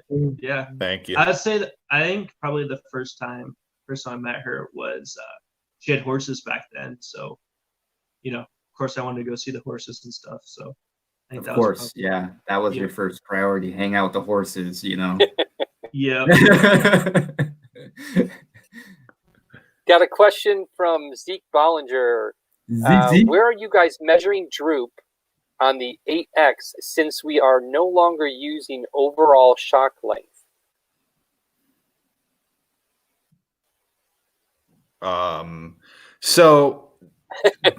Well, I'll tell you how. So at DNC, we use droop blocks and ride height gauges to measure underneath the axle, the flat spot on the hex. And we would get to where the hex, because every once in a while you'll get where you can set the shock lengths the same, but there's just a little tolerance, or one screw's a little bit off or something like that. So you get underneath the hex. And so your wheels are always at the same point. Your overall length may not be the same, but the wheels are at the exact same point if you measure underneath the hex off of droop blocks. So you can use any kind of droop blocks. I think, in fact, I think TLR may have something in the works, or I know Ryan was talking about that. So, but that is the way that Ryan and Don Vinkmulder have been doing it for a while. That's the way we did it at DNC. I usually measure center to center on screws for droop, and I put the overall length, but I also did both ways at DNC, and both the shocks were equal, so we didn't have anything bent on the car. Okay. Another question here. 2-gear or 4-gear center diff? 4-gear. Yeah, 4. Okay. All right. We'll ask you this question. We asked Dakota last week. Favorite? Well, it's going to be different. I'll ask you 2 questions. Favorite on-road track ever and favorite off-road track ever?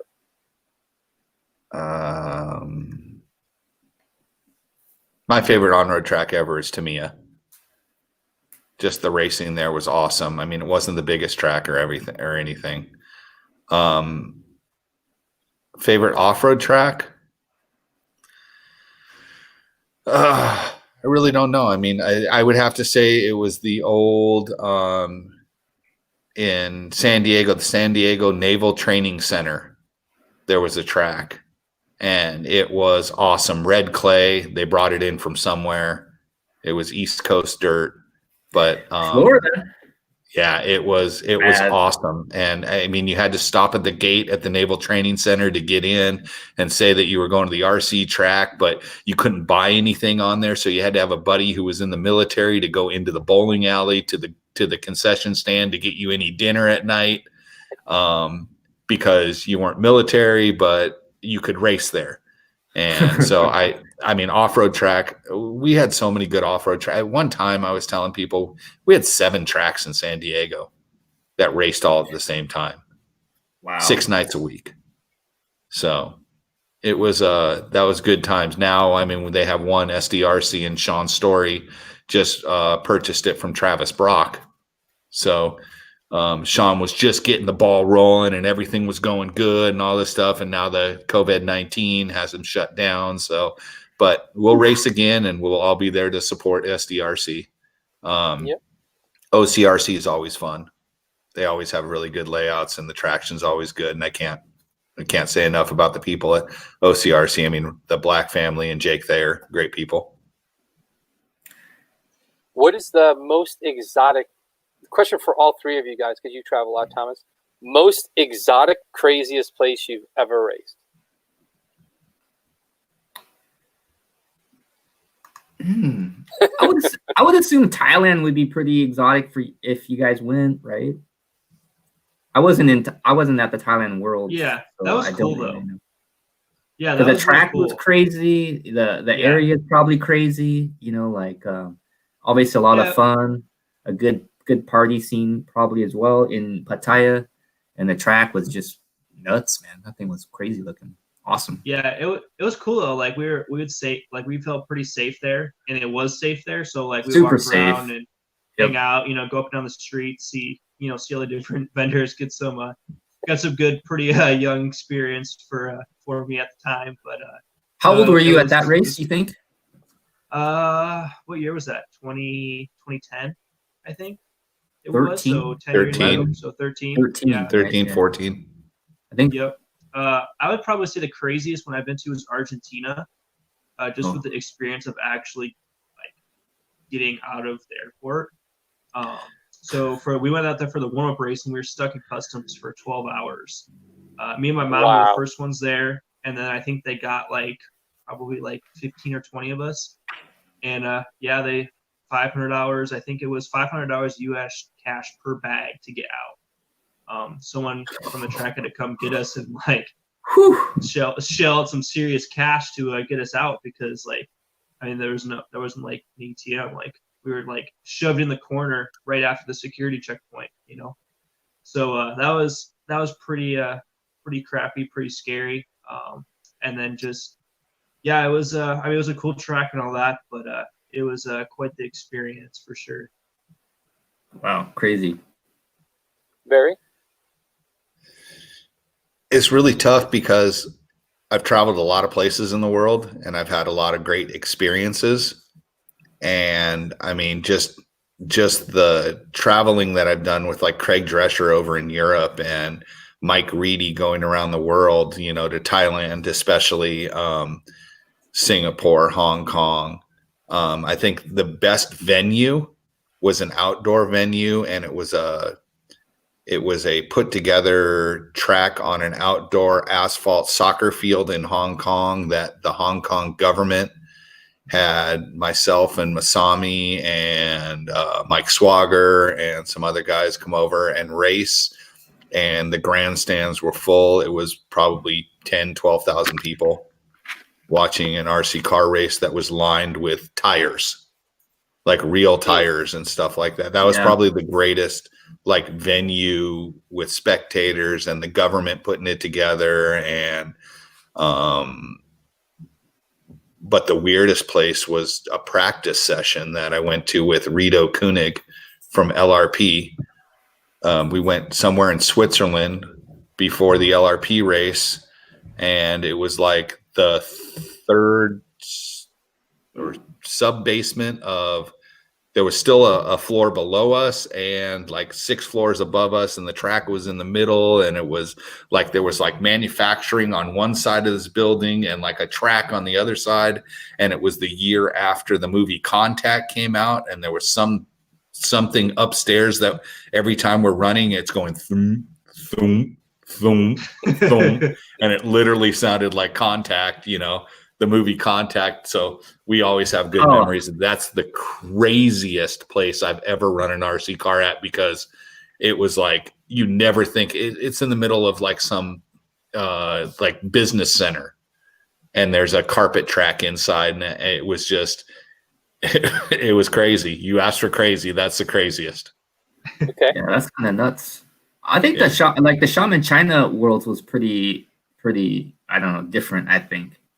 I haven't been to a ton of worlds, but I thought that one was a little different just because it was, I remember one of my highlights of that race was going home, and after spending 10 days there, I'm like, okay, time to go home and pack it up, but our connecting flight from Xiamen to Beijing, but was fine. But then from Beijing back to the United States, our flight was kind of delayed. And I remember me and Zeke, and Zeke had a buddy helper with him, and we were running through the airport, and we only had 20 minutes to connect to catch our flight back to the States.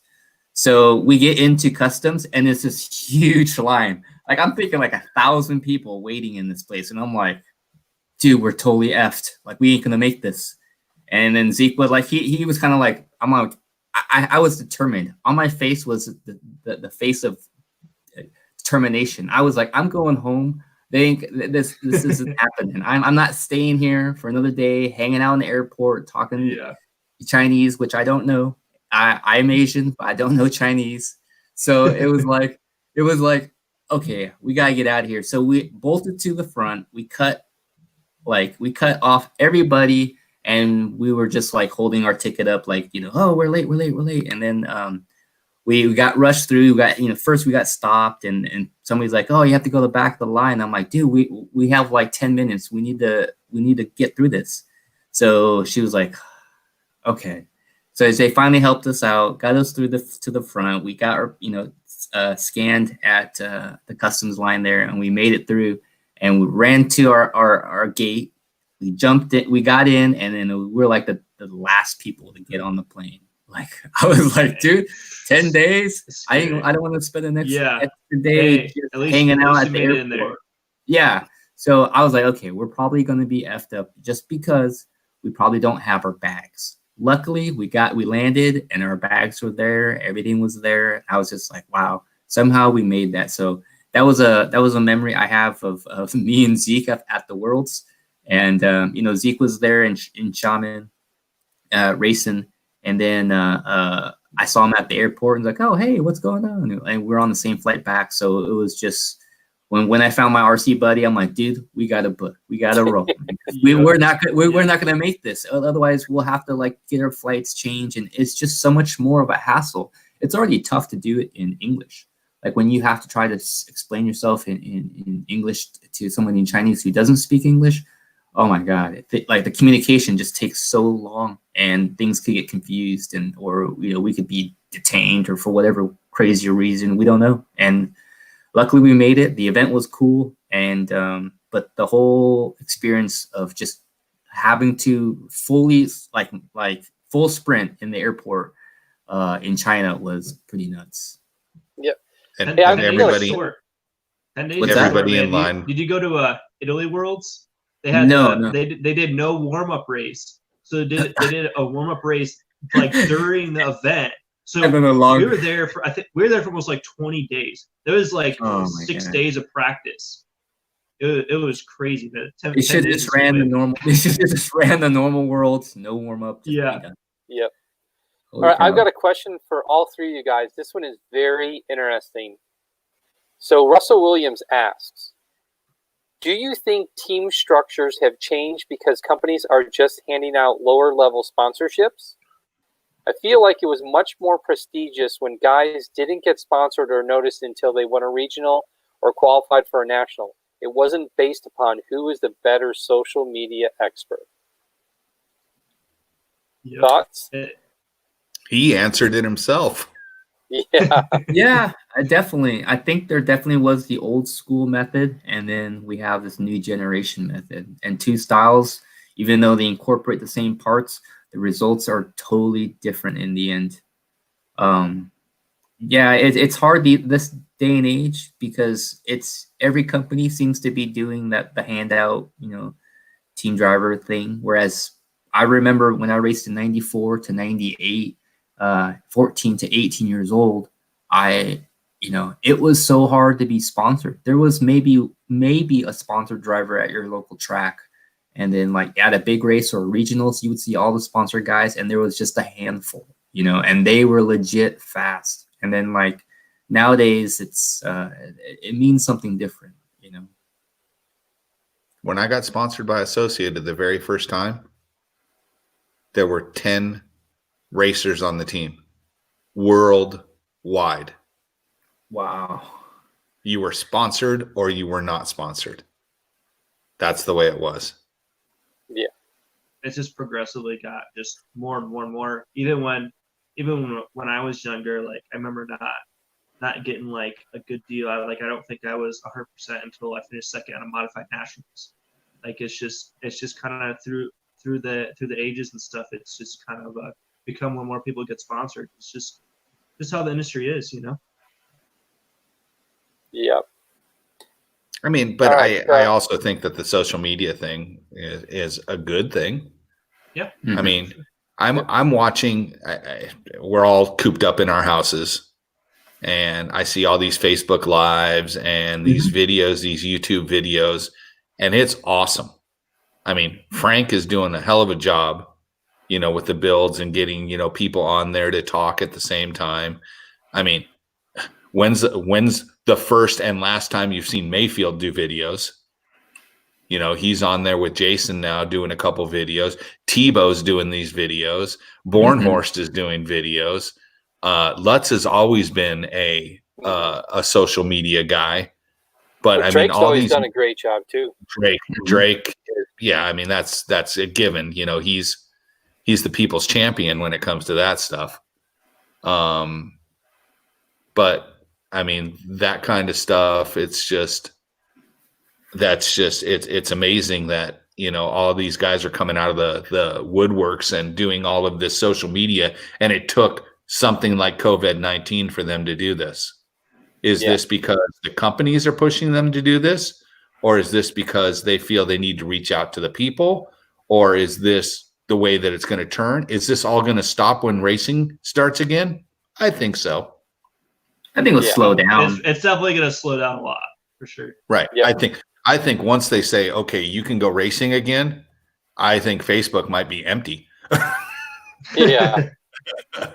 It'll just be people excited to be at the track, posting a bunch of track photos, like I'm ready to race, I'm practicing, I'm racing, which is good. That's good for the industry. It's good for the hobby. What we're going to see a lot of at the races? 22X4s. Yeah, a lot. Hey, got a message here from Clint Riley. Barry, when are you going to build an old friend a buggy? Say that again. What did I miss? Sorry. Oh, a message from Clint Riley. He asked, Barry, when are you going to build an old friend a buggy?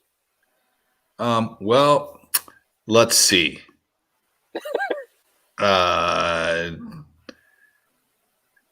He's never really reached out to me. I've built a couple friends' buggies, before. I mean, hopefully this next couple weeks, I'm pretty busy, right, Dakota? Yeah, Saturday. They should be here Saturday. So they should be at my house on Saturday. Yep. Okay. The truggy's pre-disassembled a little bit to fit in the box, but okay. Pre-work for you. All right. But the next couple weeks, I got to build I want to build a carpet 4-wheel drive for myself because everybody wants me to go race carpet. Frank's been bugging me to go race carpet. So now that I have the downtime and I can actually build up a carpet car, maybe I'll go carpet, go drive on carpet and have some fun. Thomas seems need to put a faster motor in. Carpet's fun, man. Race is probably quick. Your motor from mini race is probably quick enough. You don't even need to go down a motor. Yeah, Dakota said my motor at the Reedy race was ridiculous speed. Yeah. That's the reason why I suck so bad, huh? It's because my motor. Too much power. 3.5 drag motor in there. Question here from Dave Newstrom. Would the new X bones for the 4-wheel drive that are recommended for the 2-wheel drive be beneficial on carpet or just clay? Both. Yeah, both. Okay. That was easy. Let's see here.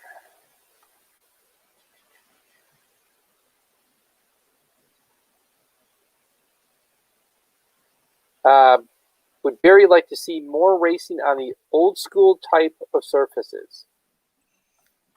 Would I like to see old school racing? Yeah. Or would I like to race on the old school stuff? I've always said we need to till the track up one more time and run on step pins and rib fronts, and just do it one time at a race. But I think that everything's evolved so much now. Do I like slicks? Do I like that the tracks are turning to blue groove instantly? It's just the way of the times, along with the way of the times with going to carpet and stuff like that. I mean, so the question is, would I like to see it? Yes. Is it going to happen? Not a chance. It's funny. Take a lot of effort by the. Go ahead. Yeah, no. If we raced the old school dirt with the cars that we have now, it would be horrible. I think so too. Like it wouldn't be fun. What I was no matter. Say.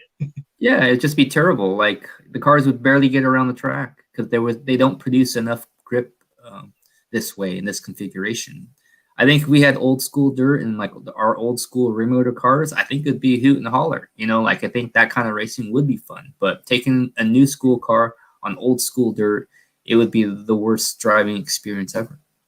I think one of the funniest things you would see is all these people that have got into the industry since the mid-motor / I mean, what's it been? What's it been, 6 years now since mid-motor? You ran 2013 Nationals, I think, was the last time you ran a rear motor car, right? Dakota?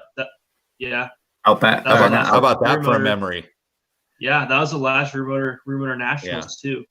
Like, I was the only one. Like I said, I held on for as long as I could, but after that, I think you might have been the only rear motor car in the main. Yeah, I think I was like one of 5 out of the whole field. I ran a Kyosho car there, and they had the.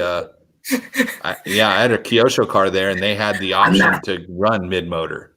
I'm not changing. Yeah, it was like my car was like 1,900 grams. Like the whole thing was just brass. I mean, we were running. What were we running there? Like, I mean, it was like X2 or something. Like sugar, super high speed track. Like it was. I mean, it was definitely like. You were you running track, AKA? You were running AKA tires at the time, right? Probably. It would have been Proline. Oh no, wait. Yeah, you were on Proline. You didn't go to AKA till later. Yeah, I'm pretty sure it was X2, which I mean that's pretty hard. Yeah. I mean, we had to run at the Worlds there. We ran X2s with open cell foam.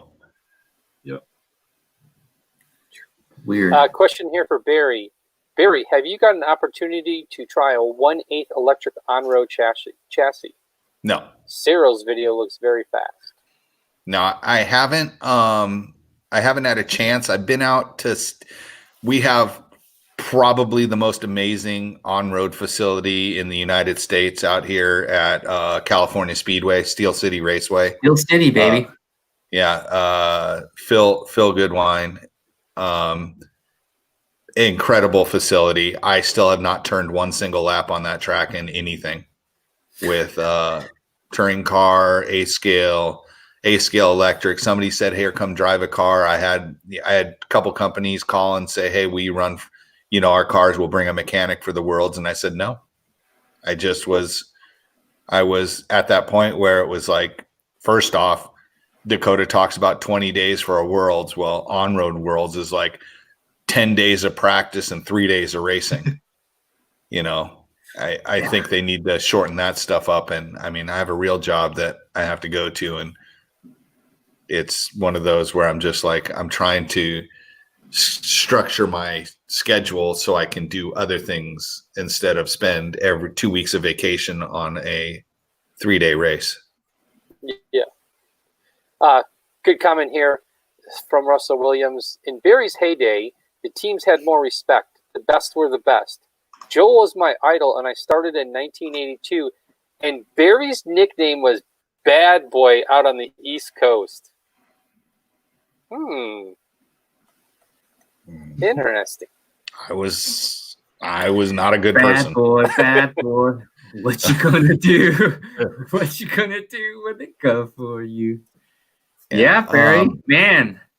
I don't know. I mean, I didn't start until 86. I really wasn't known until 89, 88, 89 was when I first started traveling. So that's interesting. Oh no, we just lost Scott. Deuces, Cramer. Right, he missed the 2 hour mark now. He was excited last time, like we were so close. He's like, "Man, next time we gotta get it," and I was gonna miss it. All right, guys. Let's it's been 2 hours. Obviously, that's quite a while. I want to say thank you to everybody that stayed on and watched this for a long time. If anybody, dude, it's 2 hours. Like it's 9 o'clock over here, man. Like I'm pooped. Like, wait, let me ask you a question. I want an honest answer. Yeah. Do you have someplace to go? No, I don't have exactly. Oh, Cramer's back. I hit the wrong button. Oh, he took Cramer got back 5, 4, 3, 2, 1, 2 hour mark. Well, it was funny because one of the questions was, are y'all pulling questions just from Facebook? I'll hop on there instead of that if that's so. So I'm like, oh well, let's look at this other thing, and all of a sudden it just went broke. Oh, bummer. All right, so Dale Best asked this question twice. So, who Dakota, was faster in their prime? Who was faster in their prime, Dakota or Barry? Dakota. I didn't see Barry. I haven't seen Barry in his prime. I only know Barry as of today's Barry. So I never got. Let me tell you this: if I had the talent that kid has, okay, in his left pinky, I would be happy. That's saying a lot coming from a legend, man. With that being said, okay, I'm not talking off-road. I'm not talking on-road. Okay, we have this debate in the bike side all the time. Who is the most talented all-around driver of all time? Of all time. And it's definitely a Barry question. Ooh. Because you're right, there's like, okay, Barry, you're a prime example. You raced on-road, off-road. Pavitas raced on-road and off-road. You know, there's a lot of guys that Masami raced on-road and off-road. I think for me, I think it's easy, and everybody's going to say it's Masami, but I think it's Cavallari. I think it's Bruno. I have not raced enough with Bruno. Just because he does touring car, and he's obviously a world champion at that. So okay, in this day and age, but you said all time. All time. Okay, I would have to say, because I don't know Bruno as well. Yeah, he's got the numbers and everything, but I've seen Cavallari, do a lot, win nationals in both classes, sweep nationals, everything. I would have to put Cavallari up there. Bruno races Nitro on road, so maybe Bruno. Kinwald ran everything. What about Hara? There's another one. I mean, but you said, in my opinion, yeah, I would have to say Cavallari.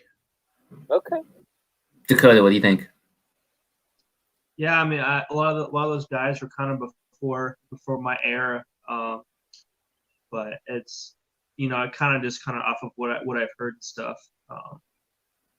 Tough to say for sure, but it's seems like Cavallari was definitely the latest to be able to run on road and off road, and there's definitely not been very many people that have been able to be that successful with on road and off road. Got to throw Pavitas in there too. So. Oh yeah. Yeah. So Jared Wiggins has a question for you, Barry. My illegitimate son, Jared Wiggins. Who's your favorite techno driver? Who's my favorite techno driver? Yeah. Seth. Yeah, baby. Another question for Barry. Have you ever considered writing a setup book sharing all of your knowledge? No. That was quick. Too much time. If somebody wants to write it and ask me questions and stuff like that, and I can just, do one of these over the thing, but just, I don't know. The problem is all these setup books are all theory. Okay. They're all what it's supposed to do. Okay. There's theory and there's practical. And people don't understand that because you do one thing, it's supposed to do this. But now add in sharp edges of ruts. Now add in the tire expanding. Now add in, the engine RPM, add in the slip factor on the track. Just because there's theory of what it's supposed to do doesn't mean it does that. So just more along the lines of Dakota knows that okay, I've changed this before and it did this. Let me try it. It may not work on that track that it did on the track before, but he knows in his mind what it's done for feel for him. Now, going along with that, Dakota drives a little bit different than everybody. He likes his car to square up and he likes to get on the throttle and get out of the corner. So he uses brakes to get in and out of the corner. He will get the car in, set, turn, and he wants to rip the throttle coming out of the corner. So he's going to like more anti-squat because that's going to stabilize the rear end and get rid of the wiggle, okay, coming out of the corner. So he's also going to like on like the 22X4. A lot of people are running center shock. He'll run the shock a little more stood up, especially in the rear of the car, because the car will be more stable on acceleration out of the corner is what he wants. He wants to get out of the corner. You can get in the corner, use the brakes, get it to turn, but he wants it to get out of the corner. Now, there's people that are driving that don't like anti-squat. They'll take anti-squat out of the car because they want to get more mid-corner grip because they don't use the brakes. They use more steering to get in. So for Dakota, using less steering, more brakes to get the car through the corner. But for somebody else, more wheel, less brakes, you're going to want to use less anti-squat. So it's a give and take, and you have to try everything yourself. Yeah, and I've had many long discussions with a lot of different people about like what does this do to the car specifically, like feeling wise when you're out on the track driving, and I'll completely disagree with them. And it's just how you drive. What I consider side bite, what other people consider side bite, can be totally two different things. Just how you drive that corner. Dakota side bite mainly is on the brakes. So. All right, question from Kevin. Do you think Dakota could wheel an on-road car? Absolutely. I think any really, really good off-road driver can transition to on-road a lot easier than a good on-road driver transitioning to off-road. Yeah, that's totally true. Okay.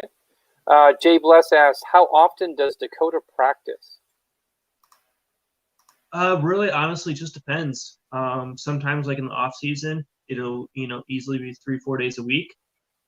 Like so far this year, it's been very, very little, just because I've been at a big race, January, February, and it was going to be like March and April and all that. It was going to be three weeks in a row I would be at races, and then have 1 week off, and then 3 weeks in a row for a travel race. So when I have that 1 week off, I maybe can hit the track once, but it's mostly preparing for those next 3 weeks. So it's really, really dependent on my schedule and what that is looking like. Okay. Another question here. Dakota, please make a video on what you are thinking of driving around the track. I think maybe he's saying thinking about when driving around the track. Yeah, that's actually a pretty interesting idea. I think it'd be pretty cool to do. Obviously, like there's a lot of like thinking going on like subconsciously that you're not really like, it's not at the forefront of your mind, but there's a lot of decisions you make when you drive, and there's a lot going on that happens super quick. But what we could do is like I have obviously there's a lot of race footage out there. Like we can take one of your races, maybe like an electric 10-scale race, just because they're shorter, and we can basically go through and watch it, and then we can do a voiceover, and you can basically say, okay, in this corner I really want to just focus on this and this and this, and make sure I'm lined up for the next jump, and then over here my thought process is get in and get out of the corner as fast as I can, and over here we can go through and just kind of dissect your run while you're watching your own run, and then you guys are getting it all wrong. All he's thinking about is what Chloe's making for dinner. That brings me to the next. I have a question right along those lines for Barry and Dakota. You're winning a big race, right? You've got this thing wrapped up. You're on 1 or 2 laps to go. do you ever find yourself thinking about what this means, how great this, I mean, do you find yourself thinking about what this means before the race is even over, or are you just 110% focused on finishing that last lap? Go ahead, Dakota. I mean, you can't be really thinking about that. That's when you crash and break. Obviously, like if you have a 12-second lead with 1 lap to go, you're gonna take it easy, like roll around the track. Depending on how tough or rough the track is, like maybe you'll double instead of triple or something like that. Or just like taking a breath and just giving yourself a little bit more room on the pipes. Yeah, there was one race. The mod truck race at the Desert Classic, right? So the scenario is, I think, where did you qualify? Third, second?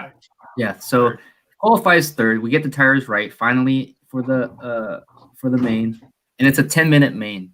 So this guy qualifies third, and he's kind of behind Spencer and Cavalieri, and there was kind of a little bumping and going on, and there was a moment where Spencer was letting you by, and you weren't really like reading that he was letting you by, and you guys kind of touched and kind of lost time, and Cav was kind of making his way out. And then the whole race, it's 10 minutes long, and you're tracking him down, gaining the time, and you finally get to attack, and he makes a mistake. You get by, didn't have to really kind of contest too much. You gapped out. You probably had, I don't know, a few seconds, maybe 5 seconds, 3 seconds, 4 seconds, 5 seconds, a lead over Cav. And then I noticed like you're backing off the center section instead of trying to clear all the jumps and stuff. You were like doing the softer, the slower line, the single, then the double to get through instead of going triple and then triple single or something like that at the end. And then you were kind of like backing it down probably with a minute to go or so, maybe. And you kind of took like 4 easy laps. And I was like, oh man, is he dumping? Is he, I wasn't really sure because I was like, okay, because you backed it down quite a bit. And I'm like, oh man, Cav's going to come back into play. If he's dumping, is he going to make it? But, I talked to you afterwards and you're like, well, no, I just wanted to make sure because I forgot to put a fan on my truck for a 10-minute race. I'm like, oh, well, that makes sense. You got to back it down because that thing's probably fried right now, It's like hot. Yeah, 10 minutes, I knew, like, mod.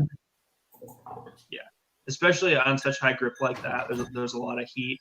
And, I felt bad. Spencer, he kind of made a little bit of a mistake and went a little wide. And I went wide to try to jump that tabletop section. So, unfortunately, we got together. But, yeah, it set us pretty far back. And I was having to push pretty hard.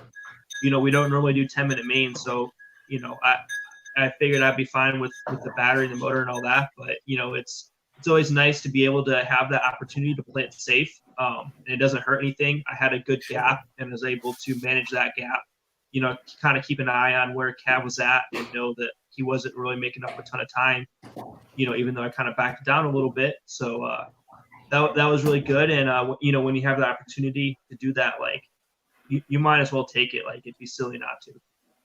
Yeah. I just noticed that you were very aware of what's going on, and you were backing it down when you needed to, and you knew what was happening in terms of it being 10 minutes, it being a truck, also being heavier, bigger tires, and then also slick tires being a lot of traction, so the tires are getting used, and you're using a lot of power. And I was like, oh man, 10 minutes, he's gonna dump. Like, I wasn't sure if your battery had enough charge, and then like, oh no, he's fine. I was just taking it easy because I didn't want to blow up my motor, and I wanted to make time. I'm like, oh, smart. Yeah. Huh, nice.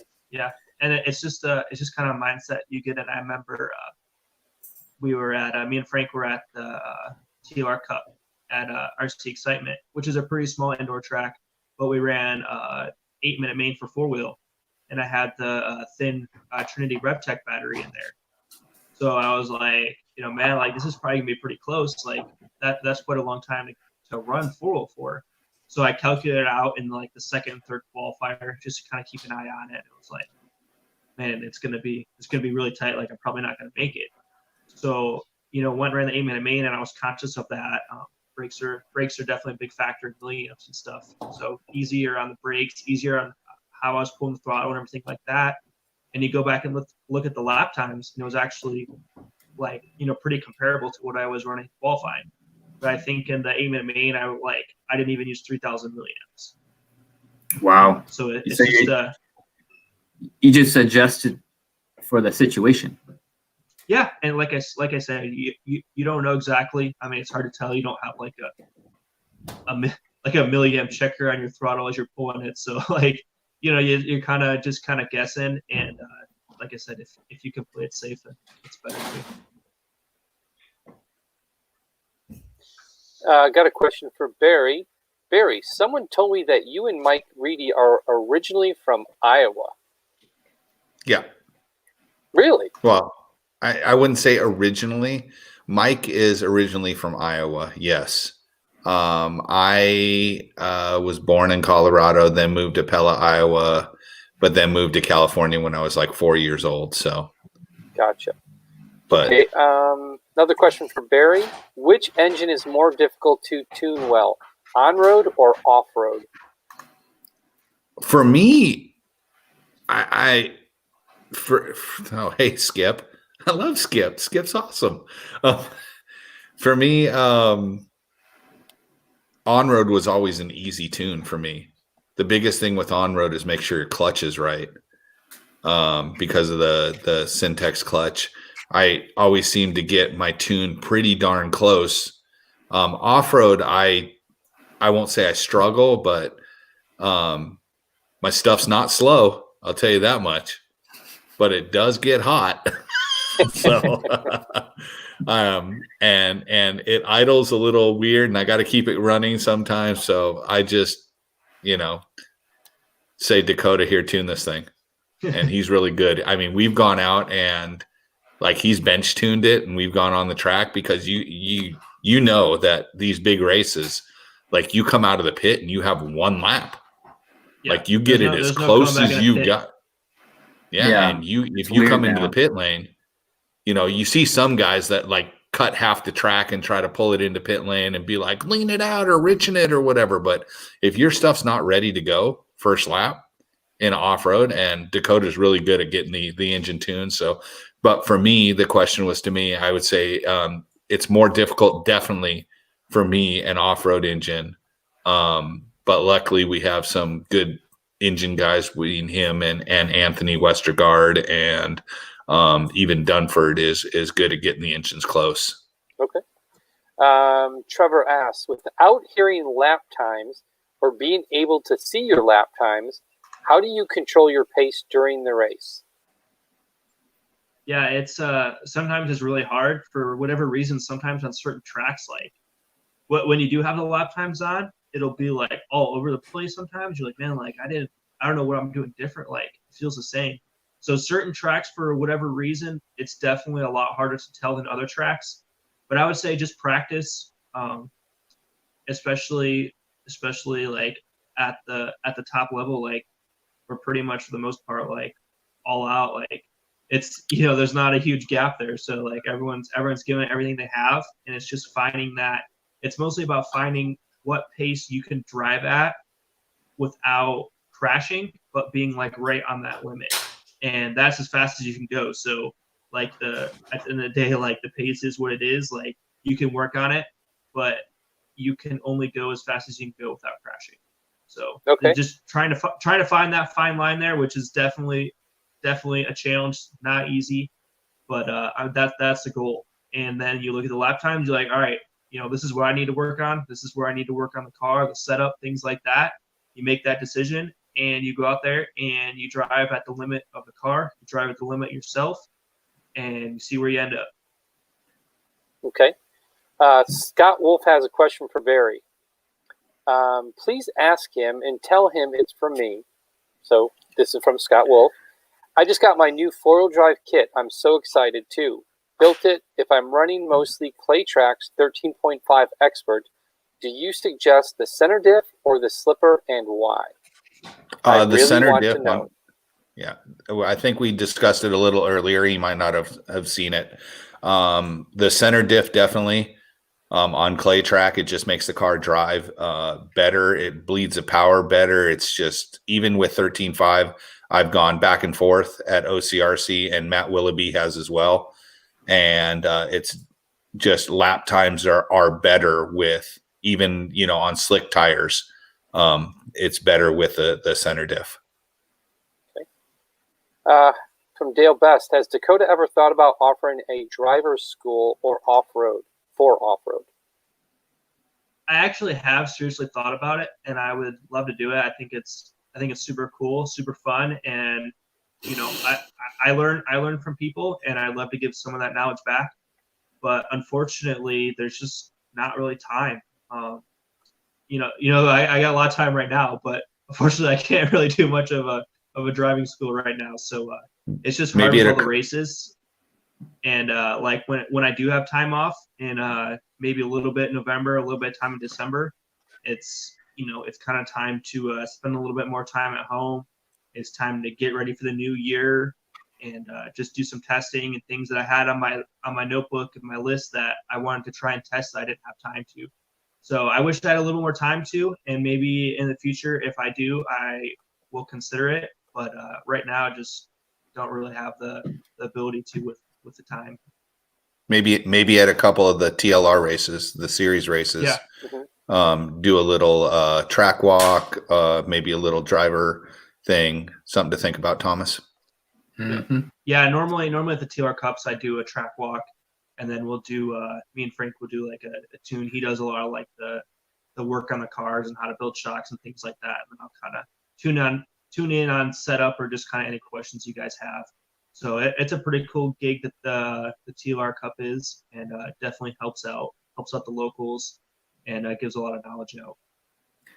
Yeah, we're actually having a TLR Cup meeting tomorrow to talk about just to talk about when racing might come back online, and what possible events that might could get postponed to a later date or just totally canceled. We got to start figuring that out and seeing what's open for, because I think if we start racing again, I have a feeling that a lot of races that were, that we missed might get rescheduled.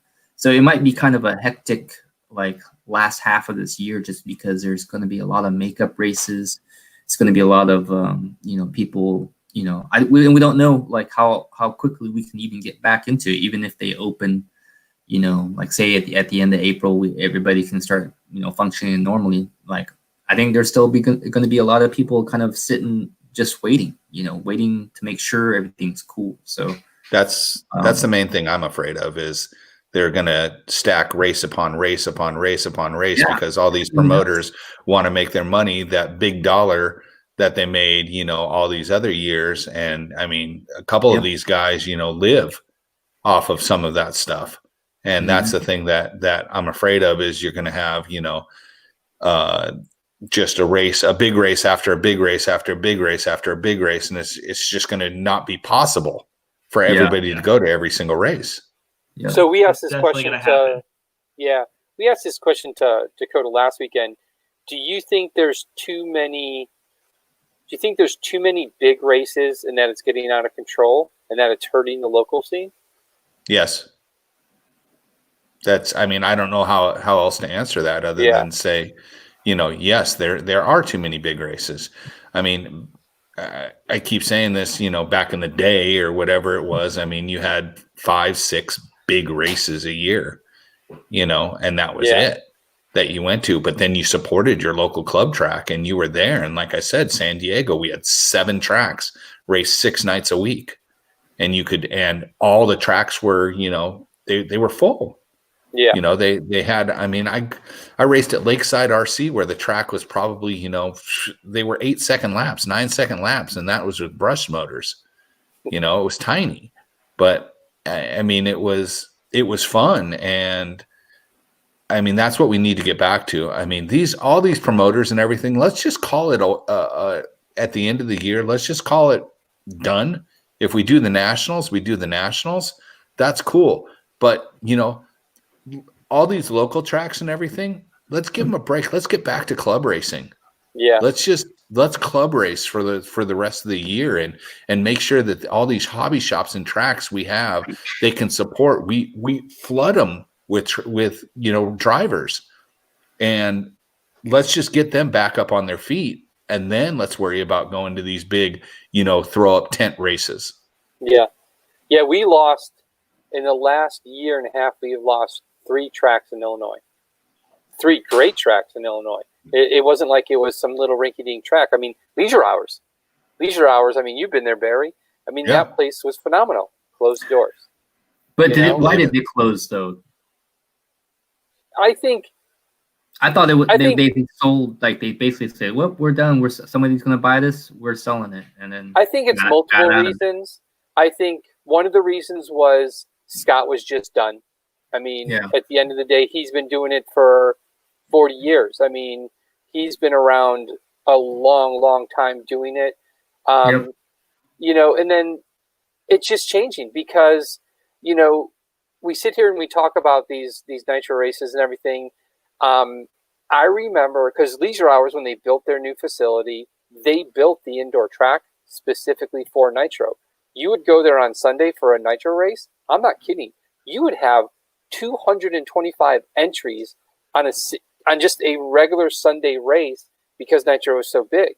Well, once they kind of changed it to electric indoors, moved to nitro outdoors, they'd get 5 guys showing up for a nitro race. So, I mean, that really hurt. Like in the Midwest, there's one track in East Moline or the Quad Cities that runs nitro. Otherwise, there's really no other tracks in Illinois that run a steady nitro program. So it's so different that some of these tracks can't sustain themselves in the summertime. That's the hardest month for sure. Yep. Especially for an indoor track. Summer, it's so hard to keep people in. Here's a great question. So this has come up a lot recently. From John Conley here. Can you guys talk about the difference between running slicks versus making slicks, and what point do you know your grinder slicks are no longer working? Yeah, makes sense? Sanding slicks is better. Like pretty much just always. Unfortunately, I wish that it was not that way, but it is that way.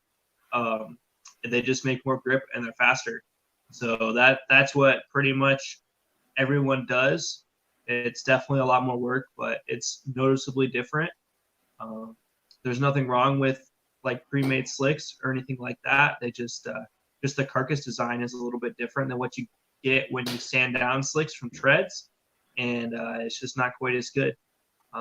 As far as when the slicks are no longer working, depends on the track a lot. Usually those kind of get thin and you'll start to hear them snap, or maybe they'll feel a little bit squirmy in the track.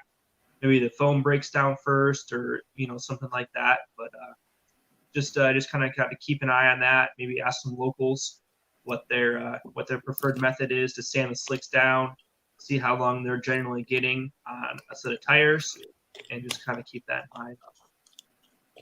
Okay. Scott Wolf has a question here. Can you name all the hop-up parts you have added to your four-wheel drive that didn't come in the kit? Titanium screws, carbon plate, and so on. Yeah, the list is pretty small. The kit, they did a really good job. Frank and Mike and all them did a really good job of getting as much possible in the kit at a good price. So really, there's just a few things that we're running on the car that don't come in the kit. We're running the carbon fiber electronics tray, which it just looks nice, makes it a little bit easier when you're taking electronics out, you're cleaning your car, things like that. You don't have to unsticky tape and then retape the speedo and all that back in. So that's a nice thing to have just for looks and ease of working on the car. Another thing is some of us are running the aluminum steering rack. It's not a must. We did not have any problems breaking the plastic one. The aluminum one will just have a little bit less flex. So maybe on high grip, it'll be a little bit more precise steering. And then it just looks really nice as well. And then I run ones for titanium screws. I run the titanium turnbuckles. titanium shock standoffs. But besides that, I really don't think there's much to really add to the car. I mean, you can run all the stock stuff that comes in it. In fact, I mean, the car is still, even with all the steel turnbuckles, shock standoffs, and the steel screws, is still the lightest car on the market. So, like you said, carbon radio tray. Nobody's really had an issue with the steering rack, but the aluminum steering rack will just make it a little more precise. But other than that, I mean, if you just want to lighten the car itself, then, titanium screws. And, I mean, other than that, or titanium standoffs, titanium turnbuckles, but that's all. I mean, you can either bling it out with other people's products, or with the Losi, the TLR titanium stuff.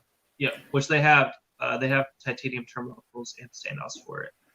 Right. And then most of us running the center diff, which is definitely something to get. And then besides that, just I run Trinity ceramic bearings, and besides that, that's pretty much it. So pretty stock car, especially performance wise. Really, the only performance part is the center diff, which is something that you will definitely want to get.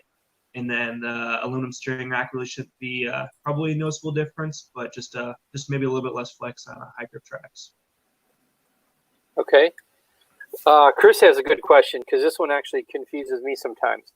Can you provide some knowledge on the 3.0 versus the 3.5 millimeter shock shafts, and why to use one over the other? Also, regarding mudguards versus standard mudguards versus stiff as L, when and why? You want to answer that, Barry? You want me to? Well, okay. I'll answer the shock shafts. You answer the mudguards, okay? All right. Okay. And shock shafts. When you have a thicker shock shaft, it displaces more oil in it, as there's compression. So it will make the car feel like it is stiffer. Okay, and so the 3.0 shock shafts we mainly run on. I know on the 4-wheel they only run the 3 millimeter shock shafts. I think they tried 3.5s, didn't like them. 3.0s is the way to go. Now I know Dakota runs the new bodies with the old shock. Gold style top shock cap, but he runs the 3.5 shafts because you still run 3.5s in that car, right? Because you like that's the way that it feels. Yeah, I actually run the whole like the G2. You still run all the G2 stuff? Shock. Okay. Yeah, just because the cap.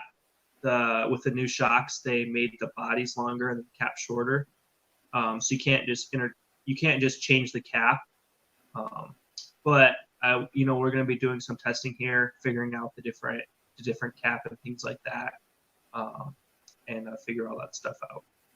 So yeah, the main difference between the 3.5 and the 3.0 is the way that the disbursement of the oil inside. Now they've got all new updated shock bushings and O-rings, V2 stuff. So the 3.0 shafts and everything are a lot tighter. There's no leakage. Everything's good. Yeah, it's way, way, way better. So it's a new. Actually, Frank just did a video about this the other day, but it's a new part number. The guide bushings and the X-rings, they're just a completely different number compared to the old G3 X-rings. So make sure you get those. They don't swell up as much, so they stay freer and they don't leak. Makes a pretty big performance difference, and it's much nicer to work on. You don't need to change them as much. Definitely a huge improvement. Yeah. How about the mudguards? Yeah, so pretty much nowadays we all run soft mudguards. For I don't know if we're talking 402 or anything like that, but 2-wheel We run the soft mud guards pretty much always, and then we'll run the stiff as oat waterfall just to kind of stiffen up the back a little bit. That's pretty much what most of us always do, and it just seems to just be better. Okay. All right, Russell Williams, they lost the local track as well. Do the manufacturers / professionals have any ideas or thoughts on how to help bring back club racing and make it strong?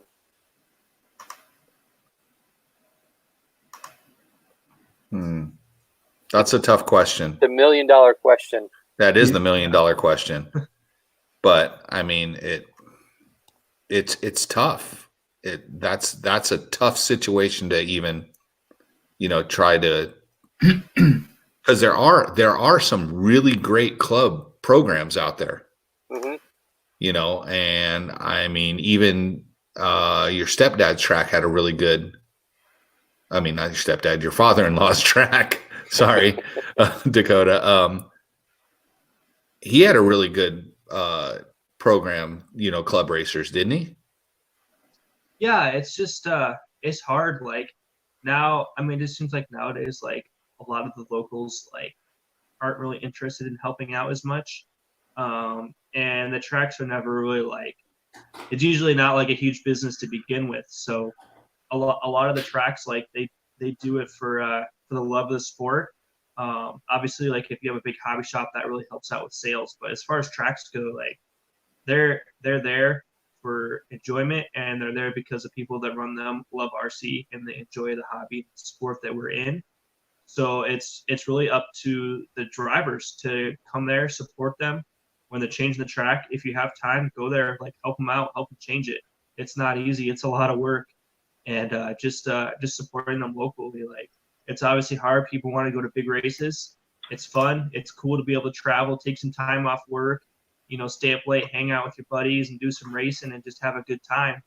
But we need to be able to support the local tracks at the same time as well. But that's kind of really up to the drivers themselves to come together and support the local tracks, which has been really cool to see with Live RC as well.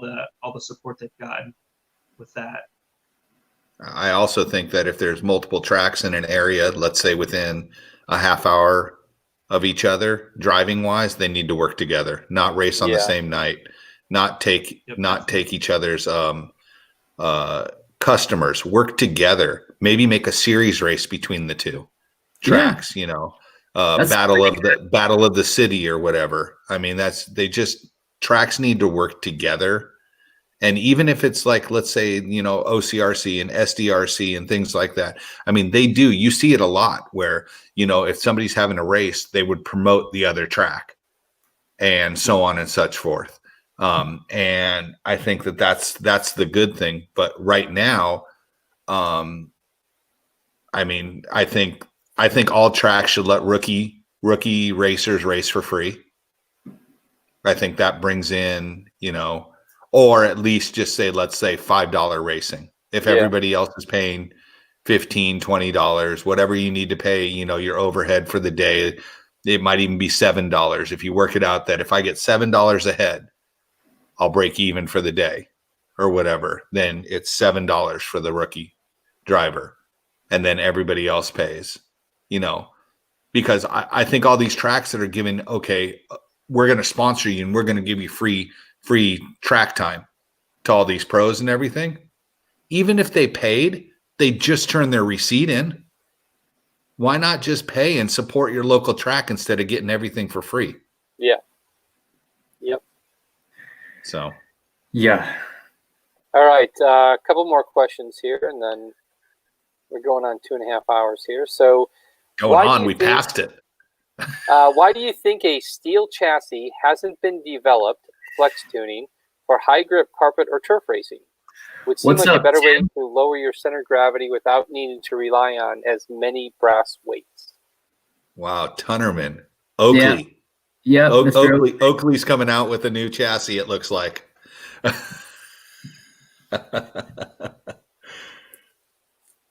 Let's see. That's a good question. That's not for probably me to answer. Maybe tomorrow ask that question to Gil Losi Jr. Yeah, yeah, sure. Because I guess you guys are doing a live with Junior and Todd Hodge tomorrow, right? Yeah. Mm-hmm. Yep. 2:00.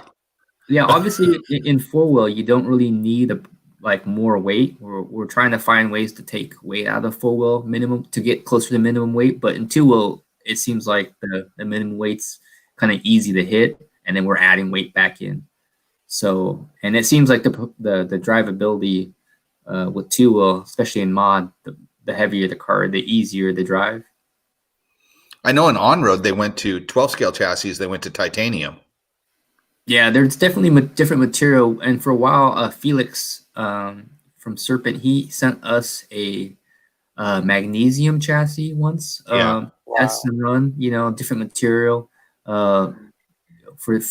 sent it to JC. I think Paul ran it, and it kind of got bent pretty fast. So I think just resiliency of the aluminum, it seems to probably be the most forgiving in terms of the metals. Yeah. The heavier metal. It'd be a lot of work for a chassis for one car for one situation as well. For the manufacturers to be able to justify that, that's a lot of time trying to figure that out. Yeah. That's a good question though. That takes an engineer to come up with a question like that. Yeah. Do you guys feel like this new standard of putting out new kits yearly, like we are in the cell phone industry, is preventing new people from staying in the hobby with all the constant changes? There's a good question. I think it's a mindset that we have in this world. Everyone wants to have, there's a lot of technology and things are changing really quick. That's the world we live in, and everyone wants to have the best stuff. There's nothing, when a new car comes out, there's nothing wrong with the car you currently have. Yeah. But if people want to have that latest and greatest stuff, and that's society right now, and that's something that a decision you have to make yourself. But it's definitely not necessary to always have to go out and buy every new kit. It's just this kind of society we live in, I think. Yeah, you can thank the touring car industry for that one. Yeah, X-ray. Yeah. Kevin Cake asks question. He's always been an old school rear motor guy. This will be his first time going all mid motor. Any tips? Hold on. Yeah, it's a lot different, that's for sure. Learn to grind your tires down with slicks. Just realize you're not going to have as much grip on power that you had before. Yeah. And way less brakes. But it may be actually easier to drive because you aren't going to have the pendulum effect when the car gets loose of the rear end just swapping ends. Yeah, if it's on slicks and it's decent grip, you can kind of just roll around the track, Or if you're running perfect for the first time, you can you got grip, so it's no big deal. Yep. From Russell, Kevin, have fun and keep us posted on how your first motor race goes, man. A question from Russell: do you feel bump ups are good on the club level? I think if there's time, I think it's more fun. What I've learned through the years is everybody loves bump ups. When there's a second chance to come back, if there's a what do they call it in motocross when you're in the losers chance qualifier? Last chance qualifier. Those things, man, it just gives people a little bit of hope to keep going on. And I think there's a lot of people that obviously aren't able to win races every freaking time they're out. So the last chance qualifier kind of gives them the hope of, hey, I can bump them, I can make the show. I think it's good. Yeah. If there's time, I think if there's enough time, and I think if there's enough heats, then bump up's okay. But I think all club racing should go back to heads up starts. I think there should be it teaches people how to race again instead of qualifying. Like the IFMAR qualifying, I think club races should go back to heads up start. And I think when you go onto the driver's stand, you reach into a bucket that has ping pong balls and you pick where you start from. Make it fun. And bump ups just make it more exciting even for people just to watch. There's something to watch in these lower mains. There's something to strive for. There's something exciting going on, like a chance at A main. How many high fives I've given to the person that bumped up. They're excited. Yeah, People get pumped. Dude, nice job. Yeah, but Thomas, you give high fives to the guy who finished in 11th. Because he bumped up. Now he's in the main. All right. So you went from 21st to 11th, bumped up. Okay, you're right. Okay, speaking of that, with all your guys' history, what's the greatest bump up story, bump up, whatever you've ever seen? Dang. I'll give mine. Jason Ashton, Roar Nats in Vegas. Yeah, didn't he go from like the last main up to finish like top 5 or top 3 or something? Yes, absolutely. Yeah, I remember that one. And then didn't Swagger or someone do it in on-road as well?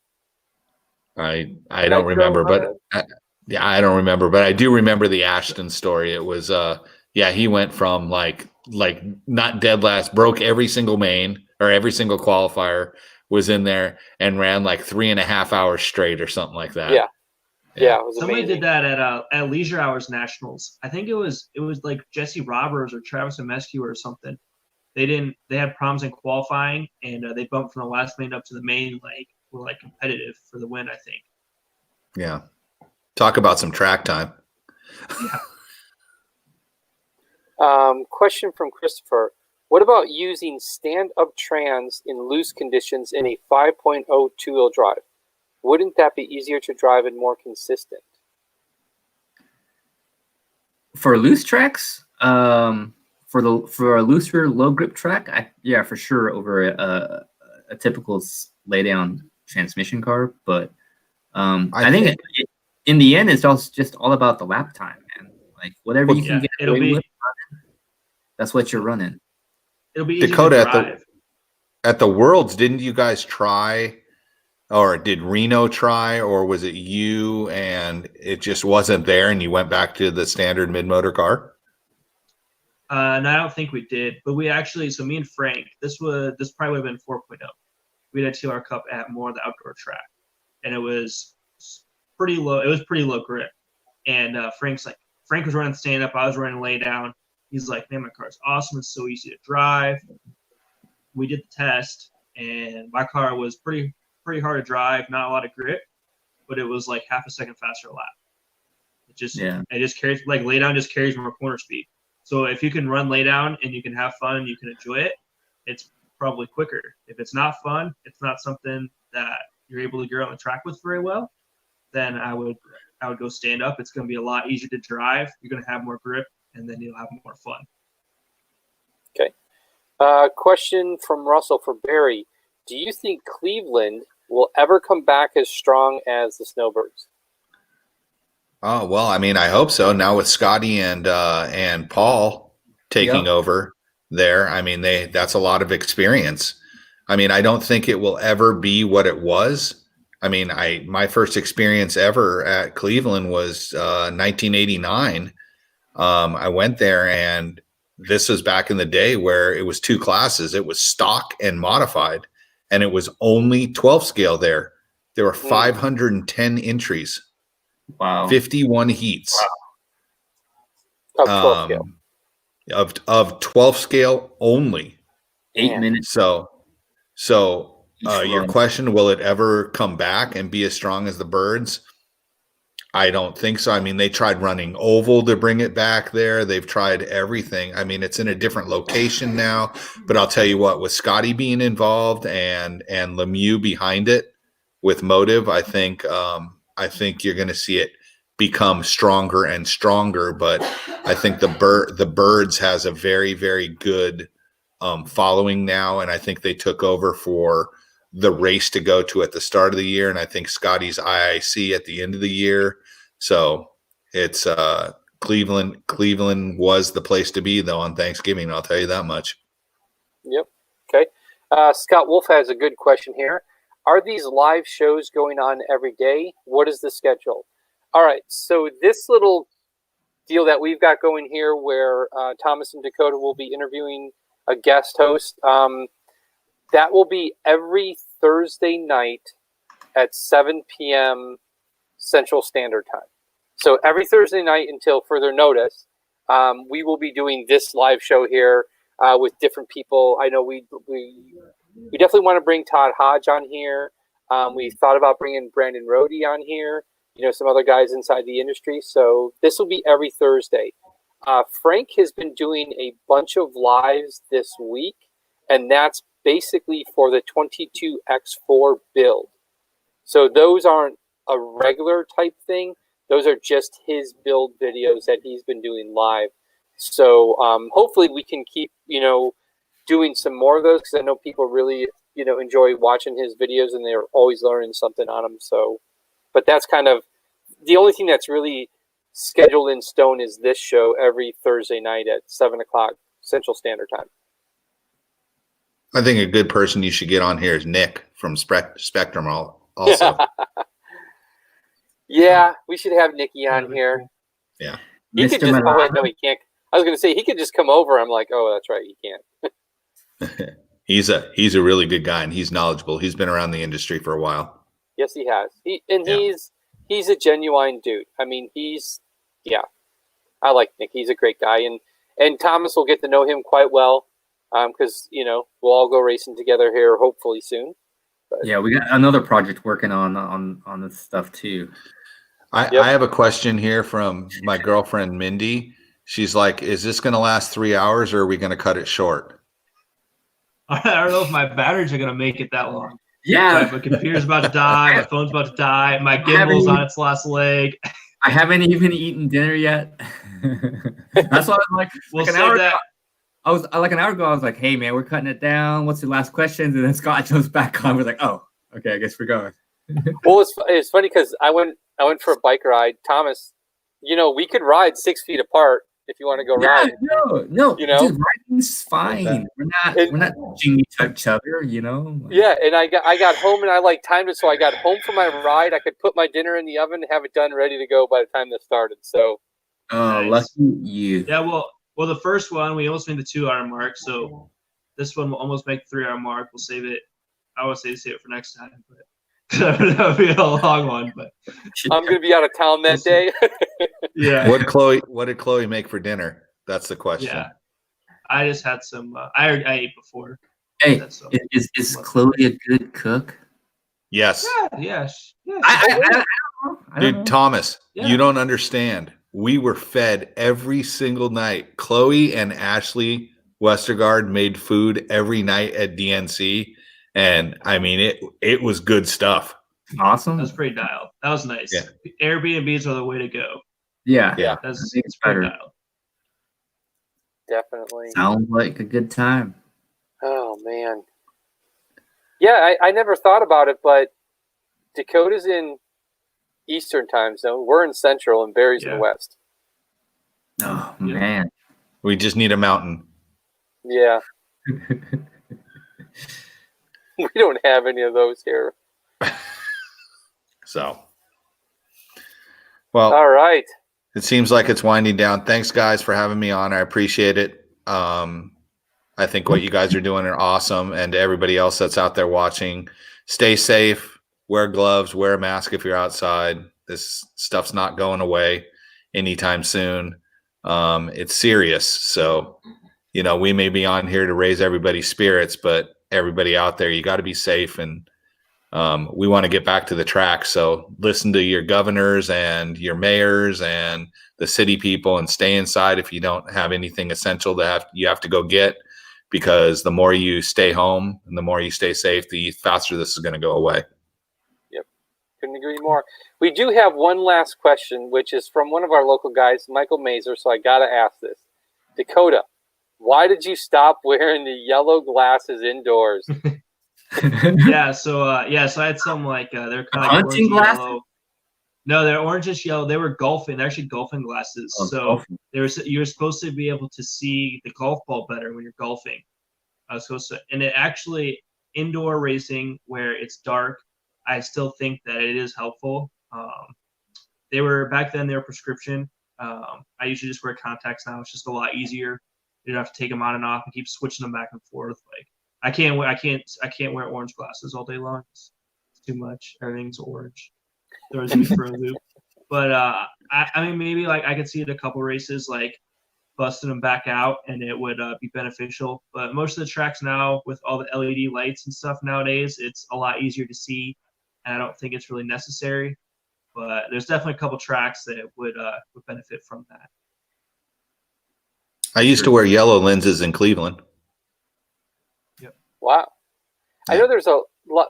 I started because I had some friends at Oakley, and they were sending me some stuff to write some articles on, and we did some testing like at nighttime. The yellow or the orange lens really helped, like St. Louis, because St. Louis always seemed to be rather dark, and they really seem to help there a little bit. Have you ever messed with it at nighttime? Yeah, I did. I used to wear them outside as well at nitro races and stuff. And yeah, I think they'd be too helpful. I just kind of like I said, just kind of started wearing contacts and kind of forgot about them. But I think if it's dark out, it definitely helps with the shadows, kind of evens everything out, and you can just see some of the details a little bit better. Gotcha. Well, you guys got to come up with some more questions because now we're only 5 minutes away from 3 hours. Jeez. What is this, a marathon? Thomas is going to wither away because he needs his food. Dude, I've been hungry for a while, man. I was like, should I eat before I start this thing? I was like, it'll probably be like an hour and a half. I'll have time afterwards. Yeah. And it's like, that didn't happen. Thomas, you're a roadie. Do you understand? You're a roadie. You should be used to like long rides and everything. You understand Thomas is going to get in this meeting tomorrow and be like, we're never having Barry on again. Dude, no, I think it's fun. These are great. It's just like, okay, I made a bad move. I didn't eat dinner before this, and I chose to eat dinner afterwards. And it's just like having a 10 o'clock dinner. It's just a bad idea. Yeah. All right. Got another one question here. Barry, any good stories while announcing a race? I mean, there's always good stories, but hi, Matt. Sorry. I don't. I mean, there's always good stories, and I've always seen great races and stuff like that. But I mean, it's just I don't think I've ever seen or saw. I mean, I've been on the driver's stand where a fist fight has broken out, but it wasn't me. But as far as like announcing, I've never seen anything like that. Okay. I have you guys had mentioned, how Scotty cares about the racers and cares about the people and stuff like that. I had an instance at his track one year where it was the Roar Oval Nats, right? This is, I was probably 2-3 years into my racing stuff and was learning. Mike Reedy was there. He was helping me with motors. The Silver Brothers, Barry remembers the Silver Brothers. Dwayne and Daryl were helping me. And it was the last round of qualifying. I was in the B main or the B qualifier. And I was like, my run was 6th in the A. Like, if I finish this race, I'm in the freaking A main at the Roar Oval Nats. Scotty yells to me, and this is like 1 lap to go, 2 laps to go at the very most. Scotty goes, go high in the back straight, go high in the back straight. So I go high in the back straight. The biggest turn marshal on the track steps on my car. Destroys my car. 1 lap to go. 1 lap to go, and I'm in the A main of the Roar Nats. Not anymore. And the guy steps on my car. And Scotty went dead silent. I mean, he was almost in tears coming up to me because, I mean, he told me to go high, and I went high. And unfortunately, he didn't know that this guy was going to step on my car. And I mean, he was like distraught over it. I'm just like, well, I mean, I don't know. I mean, yeah, it sucks, but what am I going to do? But it was just another thing where Scotty, like you say, he's not doing it for a paycheck. He's doing it because he absolutely loves this sport. I mean, he does. He truly does. Yeah, for sure. He's turned. He's one of the few lucky ones that has turned his passion into a job. And when that happens, you never really feel like you're working. You're just doing what you love to do. Matt Del Judas has a question for Barry. Barry, remember the Golden Tee tourneys at Trackside with Paul? Fun times. Fun times. I got a question. Oh, this is awesome. Scott, what was your favorite indoor-outdoor oval track? Favorite indoor oval track was AJ's because it was like a 400-foot run line carpet oval track. Favorite outdoor track would be the Triclone up in Wisconsin, which was a high banked tri-oval, and it was the most, and you had to run cap tires, and that was the most insane place I've ever raced. Ooh, I got a question. Thomas, you want to do the countdown to saying goodbye? We're at 35 seconds. And don't you airheaded at like 59 3 hours. I'm going to get my bowl ready to heat up my my food, throw it in the microwave. Well, you only have 10 seconds, and then we can say goodbye. We made it. It's like making New Year's, okay, before falling asleep. Well, you know, Thomas is going to hit the button at 59. There it is, right there. All right, gentlemen. All right, thanks, guys. Everybody that's watching, thanks a lot. I know it was a longer than expected interview with Barry, but I'm glad to be new here and to do stuff like this and get to and really get to know everybody that's part of TLR. You know, Scott's part of it, a major part of it. Barry's a part of it, and Dakota's a part of it. So having this hangout time and getting to know everybody, and sharing that with everybody else that's watching, and being a fan of racing and stories, and maybe some people are probably a fan of Barry, so it's good. And I really appreciate you guys' time, and I really appreciate everybody that's watching. I can't thank you guys enough, because you are the reason why we do this. You are the reason why we want to host and have stories and get them out there, just for, because me and Barry can talk on the phone and get all the stories we want for hours. But having it in a place like this and social media and getting to connect with everybody, it's been awesome so far. So thanks again for tuning in. Scott, anything last words? Stay safe. Stay safe, baby. Right now, guys. Stay safe. Yep. So good night, everybody. Thanks. I do want to say one thing. I do have to give a shout out for first responders, because my mom was, she's retired now, but she was a nurse for 45 years. And it's funny because she's in her 70s and she was basically ready to come out of retirement to help in this, with what's going on. And there's not too many people that would want to do that and put themselves at risk. So my hat's off to them, definitely. Yes, for sure. All right, guys. Stay safe, everybody. Thanks for tuning in. We'll catch you next time. Cool. Have a good night, guys. See you.